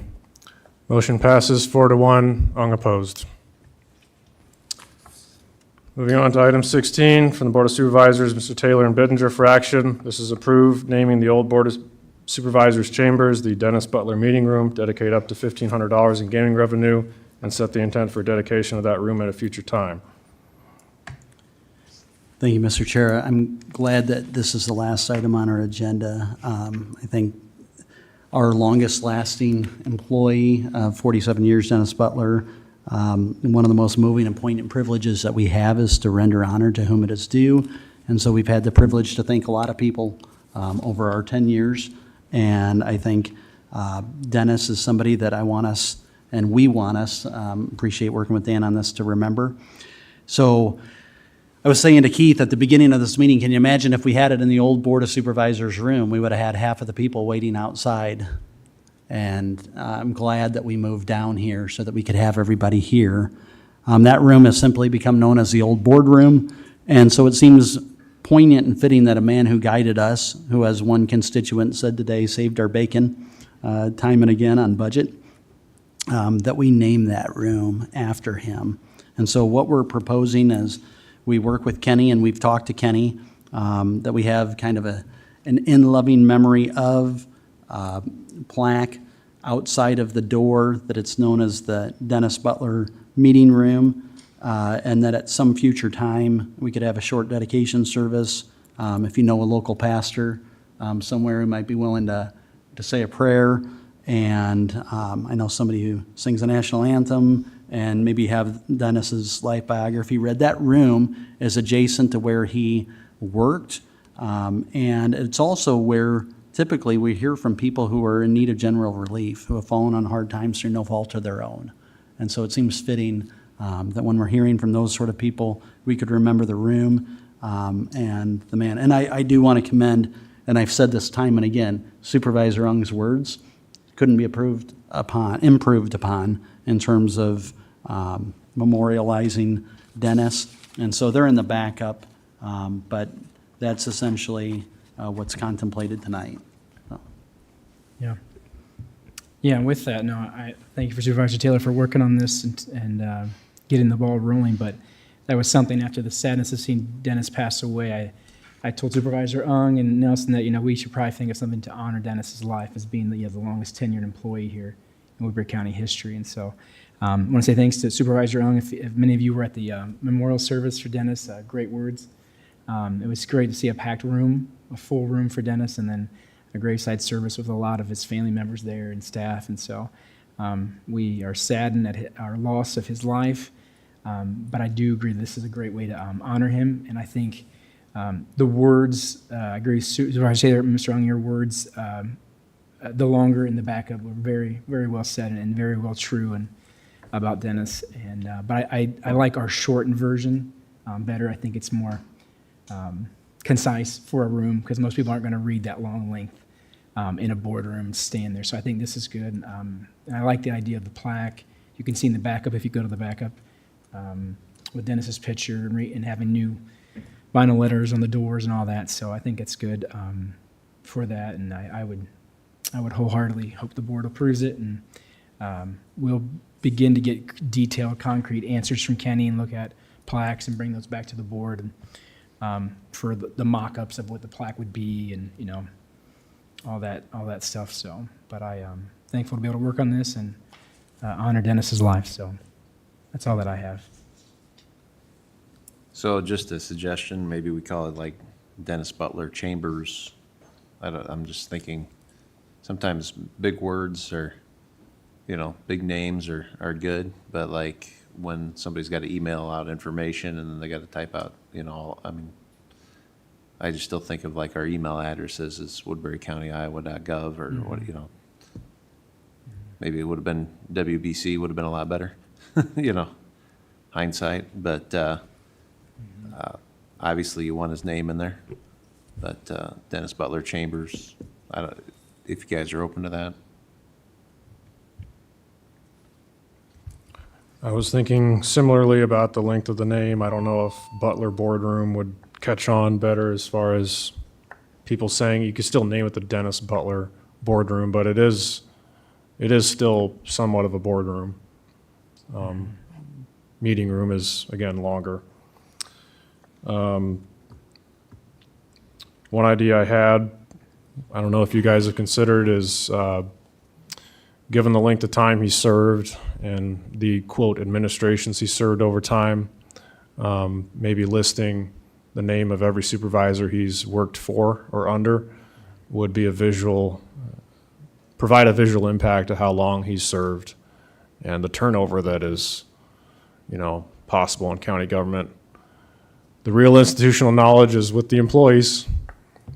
Elected officials come and go. It's the employees that run the courthouse. And I think one of the longest serving supervisors when I came on the board, Mr. Clausen was the one that said that. My only comment regarding the name is I agree on the length. I would like it if it was just Butler Meeting Room, and the reason I like meeting better than board is because we know this is a boardroom and that is a boardroom, and I get asked all the time, which boardroom, upstairs or downstairs? And so I think we have a chance to say, oh, it's in the Butler Meeting Room, and over time, people will know that that is upstairs and that this is the boardroom down there. So that's my thoughts on that, but I think it's great. It's right next to where he worked and had a lot of meetings in there for a lot of years. So that would be my suggestion, is just the Butler Meeting Room. I'd like Butler Meeting Room, and then of course on the plaque you would have in memory of Dennis J. Butler. Yep. And you could maybe put Mountain Dew on there. And just so you know, in working with Kenny, that original vinyl has to stay on there because it's original to the building with the National Historic Preservation Society. But they'll do something similar to what they did in the auto recorders, where they put glass on top of it. And I also wanted to mention Auditor Gill's words I thought were very poignant and fitting at the graveside. So I'm sure very much appreciated. I agree to that. They were very well said, Mr. Auditor. Very well said. You're saying the letters have to remain on the glass? Yeah, that Board of Supervisors, that original has to remain there, but Kenny showed me on another where they take some sort of frosted glass on either side and some sort of signage to fit in, so you can't tell. It's tastefully done, So, but that can't be like scratched off. And if you look to the right of Pat's office on the other side, there's some repurposed glass for that purpose. If that makes sense. But it can be done, as Kenny's encouragement to us. So with that, I would make a motion to approve the old Board of Supervisors chambers, the Butler Meeting Room,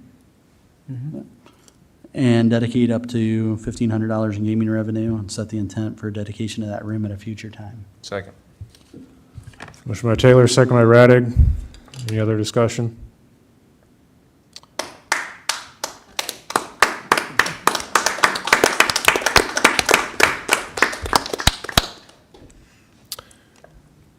All those in favor say aye. Aye. Opposed say nay. Passes 5-0. Item 17 is reports on committee meetings. Mr. Radig. Mr. Taylor. Just touching base with Home Base Iowa and starting a conversation about incentives that may be available to current veterans and those who had previously been actively serving, so may have more to follow. Thank you. Mr. Bidinger. Yes, the only two I have is from the WCICC meeting. Just congratulations on the staff there for completing the 226 PC replacements.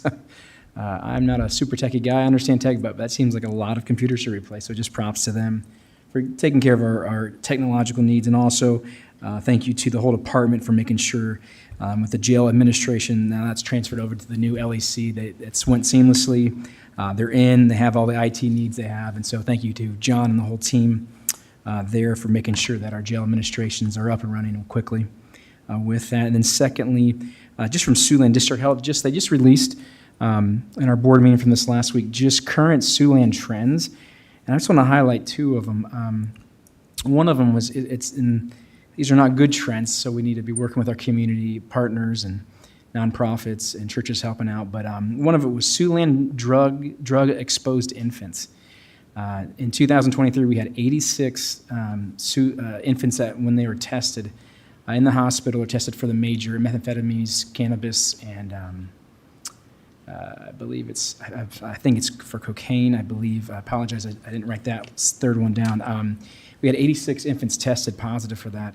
That is up, that's a high up from 2014 when Colorado and Oregon began to legalize legal cannabis. And so it's a concern. The numbers were trending down, and then this last year it went up. And so just something we need to be working for. And if you know any moms that are struggling with drug addictions, please get them in contact with Siouxland District Health or my church, and we'll help them get them the care they need and treatment and resources. And so that was the first thing. And then secondly, they highlighted, which once again, I said, these are not good numbers, but we have to be aware of what's going on in our community and be a resource to our community. Sexually transmitted infections are way up in Woodbury County versus the average for Iowa. In Plymouth County, we are leaps and bounds ahead, which is interesting. And so they are seeing specifically, it was syphilis has exploded. It went from 32 cases in 2021 to 131 in 2022, and that's just what's reported. And so Siouxland District Health is concerned for individuals, and especially for babies being born, can be affected by that. So just some stats, we need to help out and just help take care of our families in our county. So if any way you can reach out or help someone that's in need, a young family or a young mom, get them in contact with Siouxland District Health. But other than that, finances are good, and they've got a lot of, as I reported last month, some of the new maintenance issues they were dealing with, getting things fixed at the building, those are being taken care of. So they appreciate the funding from the county, and a lot of the issues are being dealt with. So that's all that I have to report with. Mr. Nelson. Thank you. Woodbury County Conservation Board had a meeting Thursday. Nature Calls is this Saturday, which is a great fundraiser for the Conservation Department, our parks, and their programs. The Sioux City Journal had a great story about that today, so I encourage you, if you are on Facebook, you can go to the Sioux City Journal and find that story. Otherwise, go to Dorothy Pico Nature Center on Facebook. They've got a lot of stuff about Nature Calls. I plan to be there. Also, kind of along the same lines, the Law Enforcement Center has the open house for the public tomorrow at 10:30. We will have kind of a designation of a plaque on the front of the building with a few speakers. I've been told that Attorney General Byrd is going to be here tomorrow to tour the facility, which is great. Public tours will start at noon and go until 6, and there will be tours basically every half hour. So just come as you are. Happy to walk you through the building. Happy to show it off. They've been doing some other tours out there. I actually think it would almost be great if at some point when the inmates are moved that we do tours of the old facility so people could see. Because that's been some of the questions, some of the people going through there. It's like, well, what's the old one like? And I think after going through this one, and if you walk through that old one, it would be shocking what those people have been subjected to working in for years. So I've got some from Soil Water, but I'll talk about that next week because we've already gone enough. So thank you. So I did have a Simcoe meeting. Basically, we updated our personnel policies in the handbook and approved a contract with the city of Ottawa for administration of their downtown housing grant. And that's all I really had, but I did learn about syphilis in my trip to the ER with my son who broke his finger. I had posters up all over there warning about the outbreak, not because I learned the hard way. Thank you for that Anyone wants clarification. to clip that soundbite? Yeah, you could take the. How to say you're not running for reelection without saying you're running for. Your terrible news soundbite would fit in Sure. perfectly right after that. Terrible soundbite. news. Terrible news. Okay, all right. Well, item 18 is citizen concerns.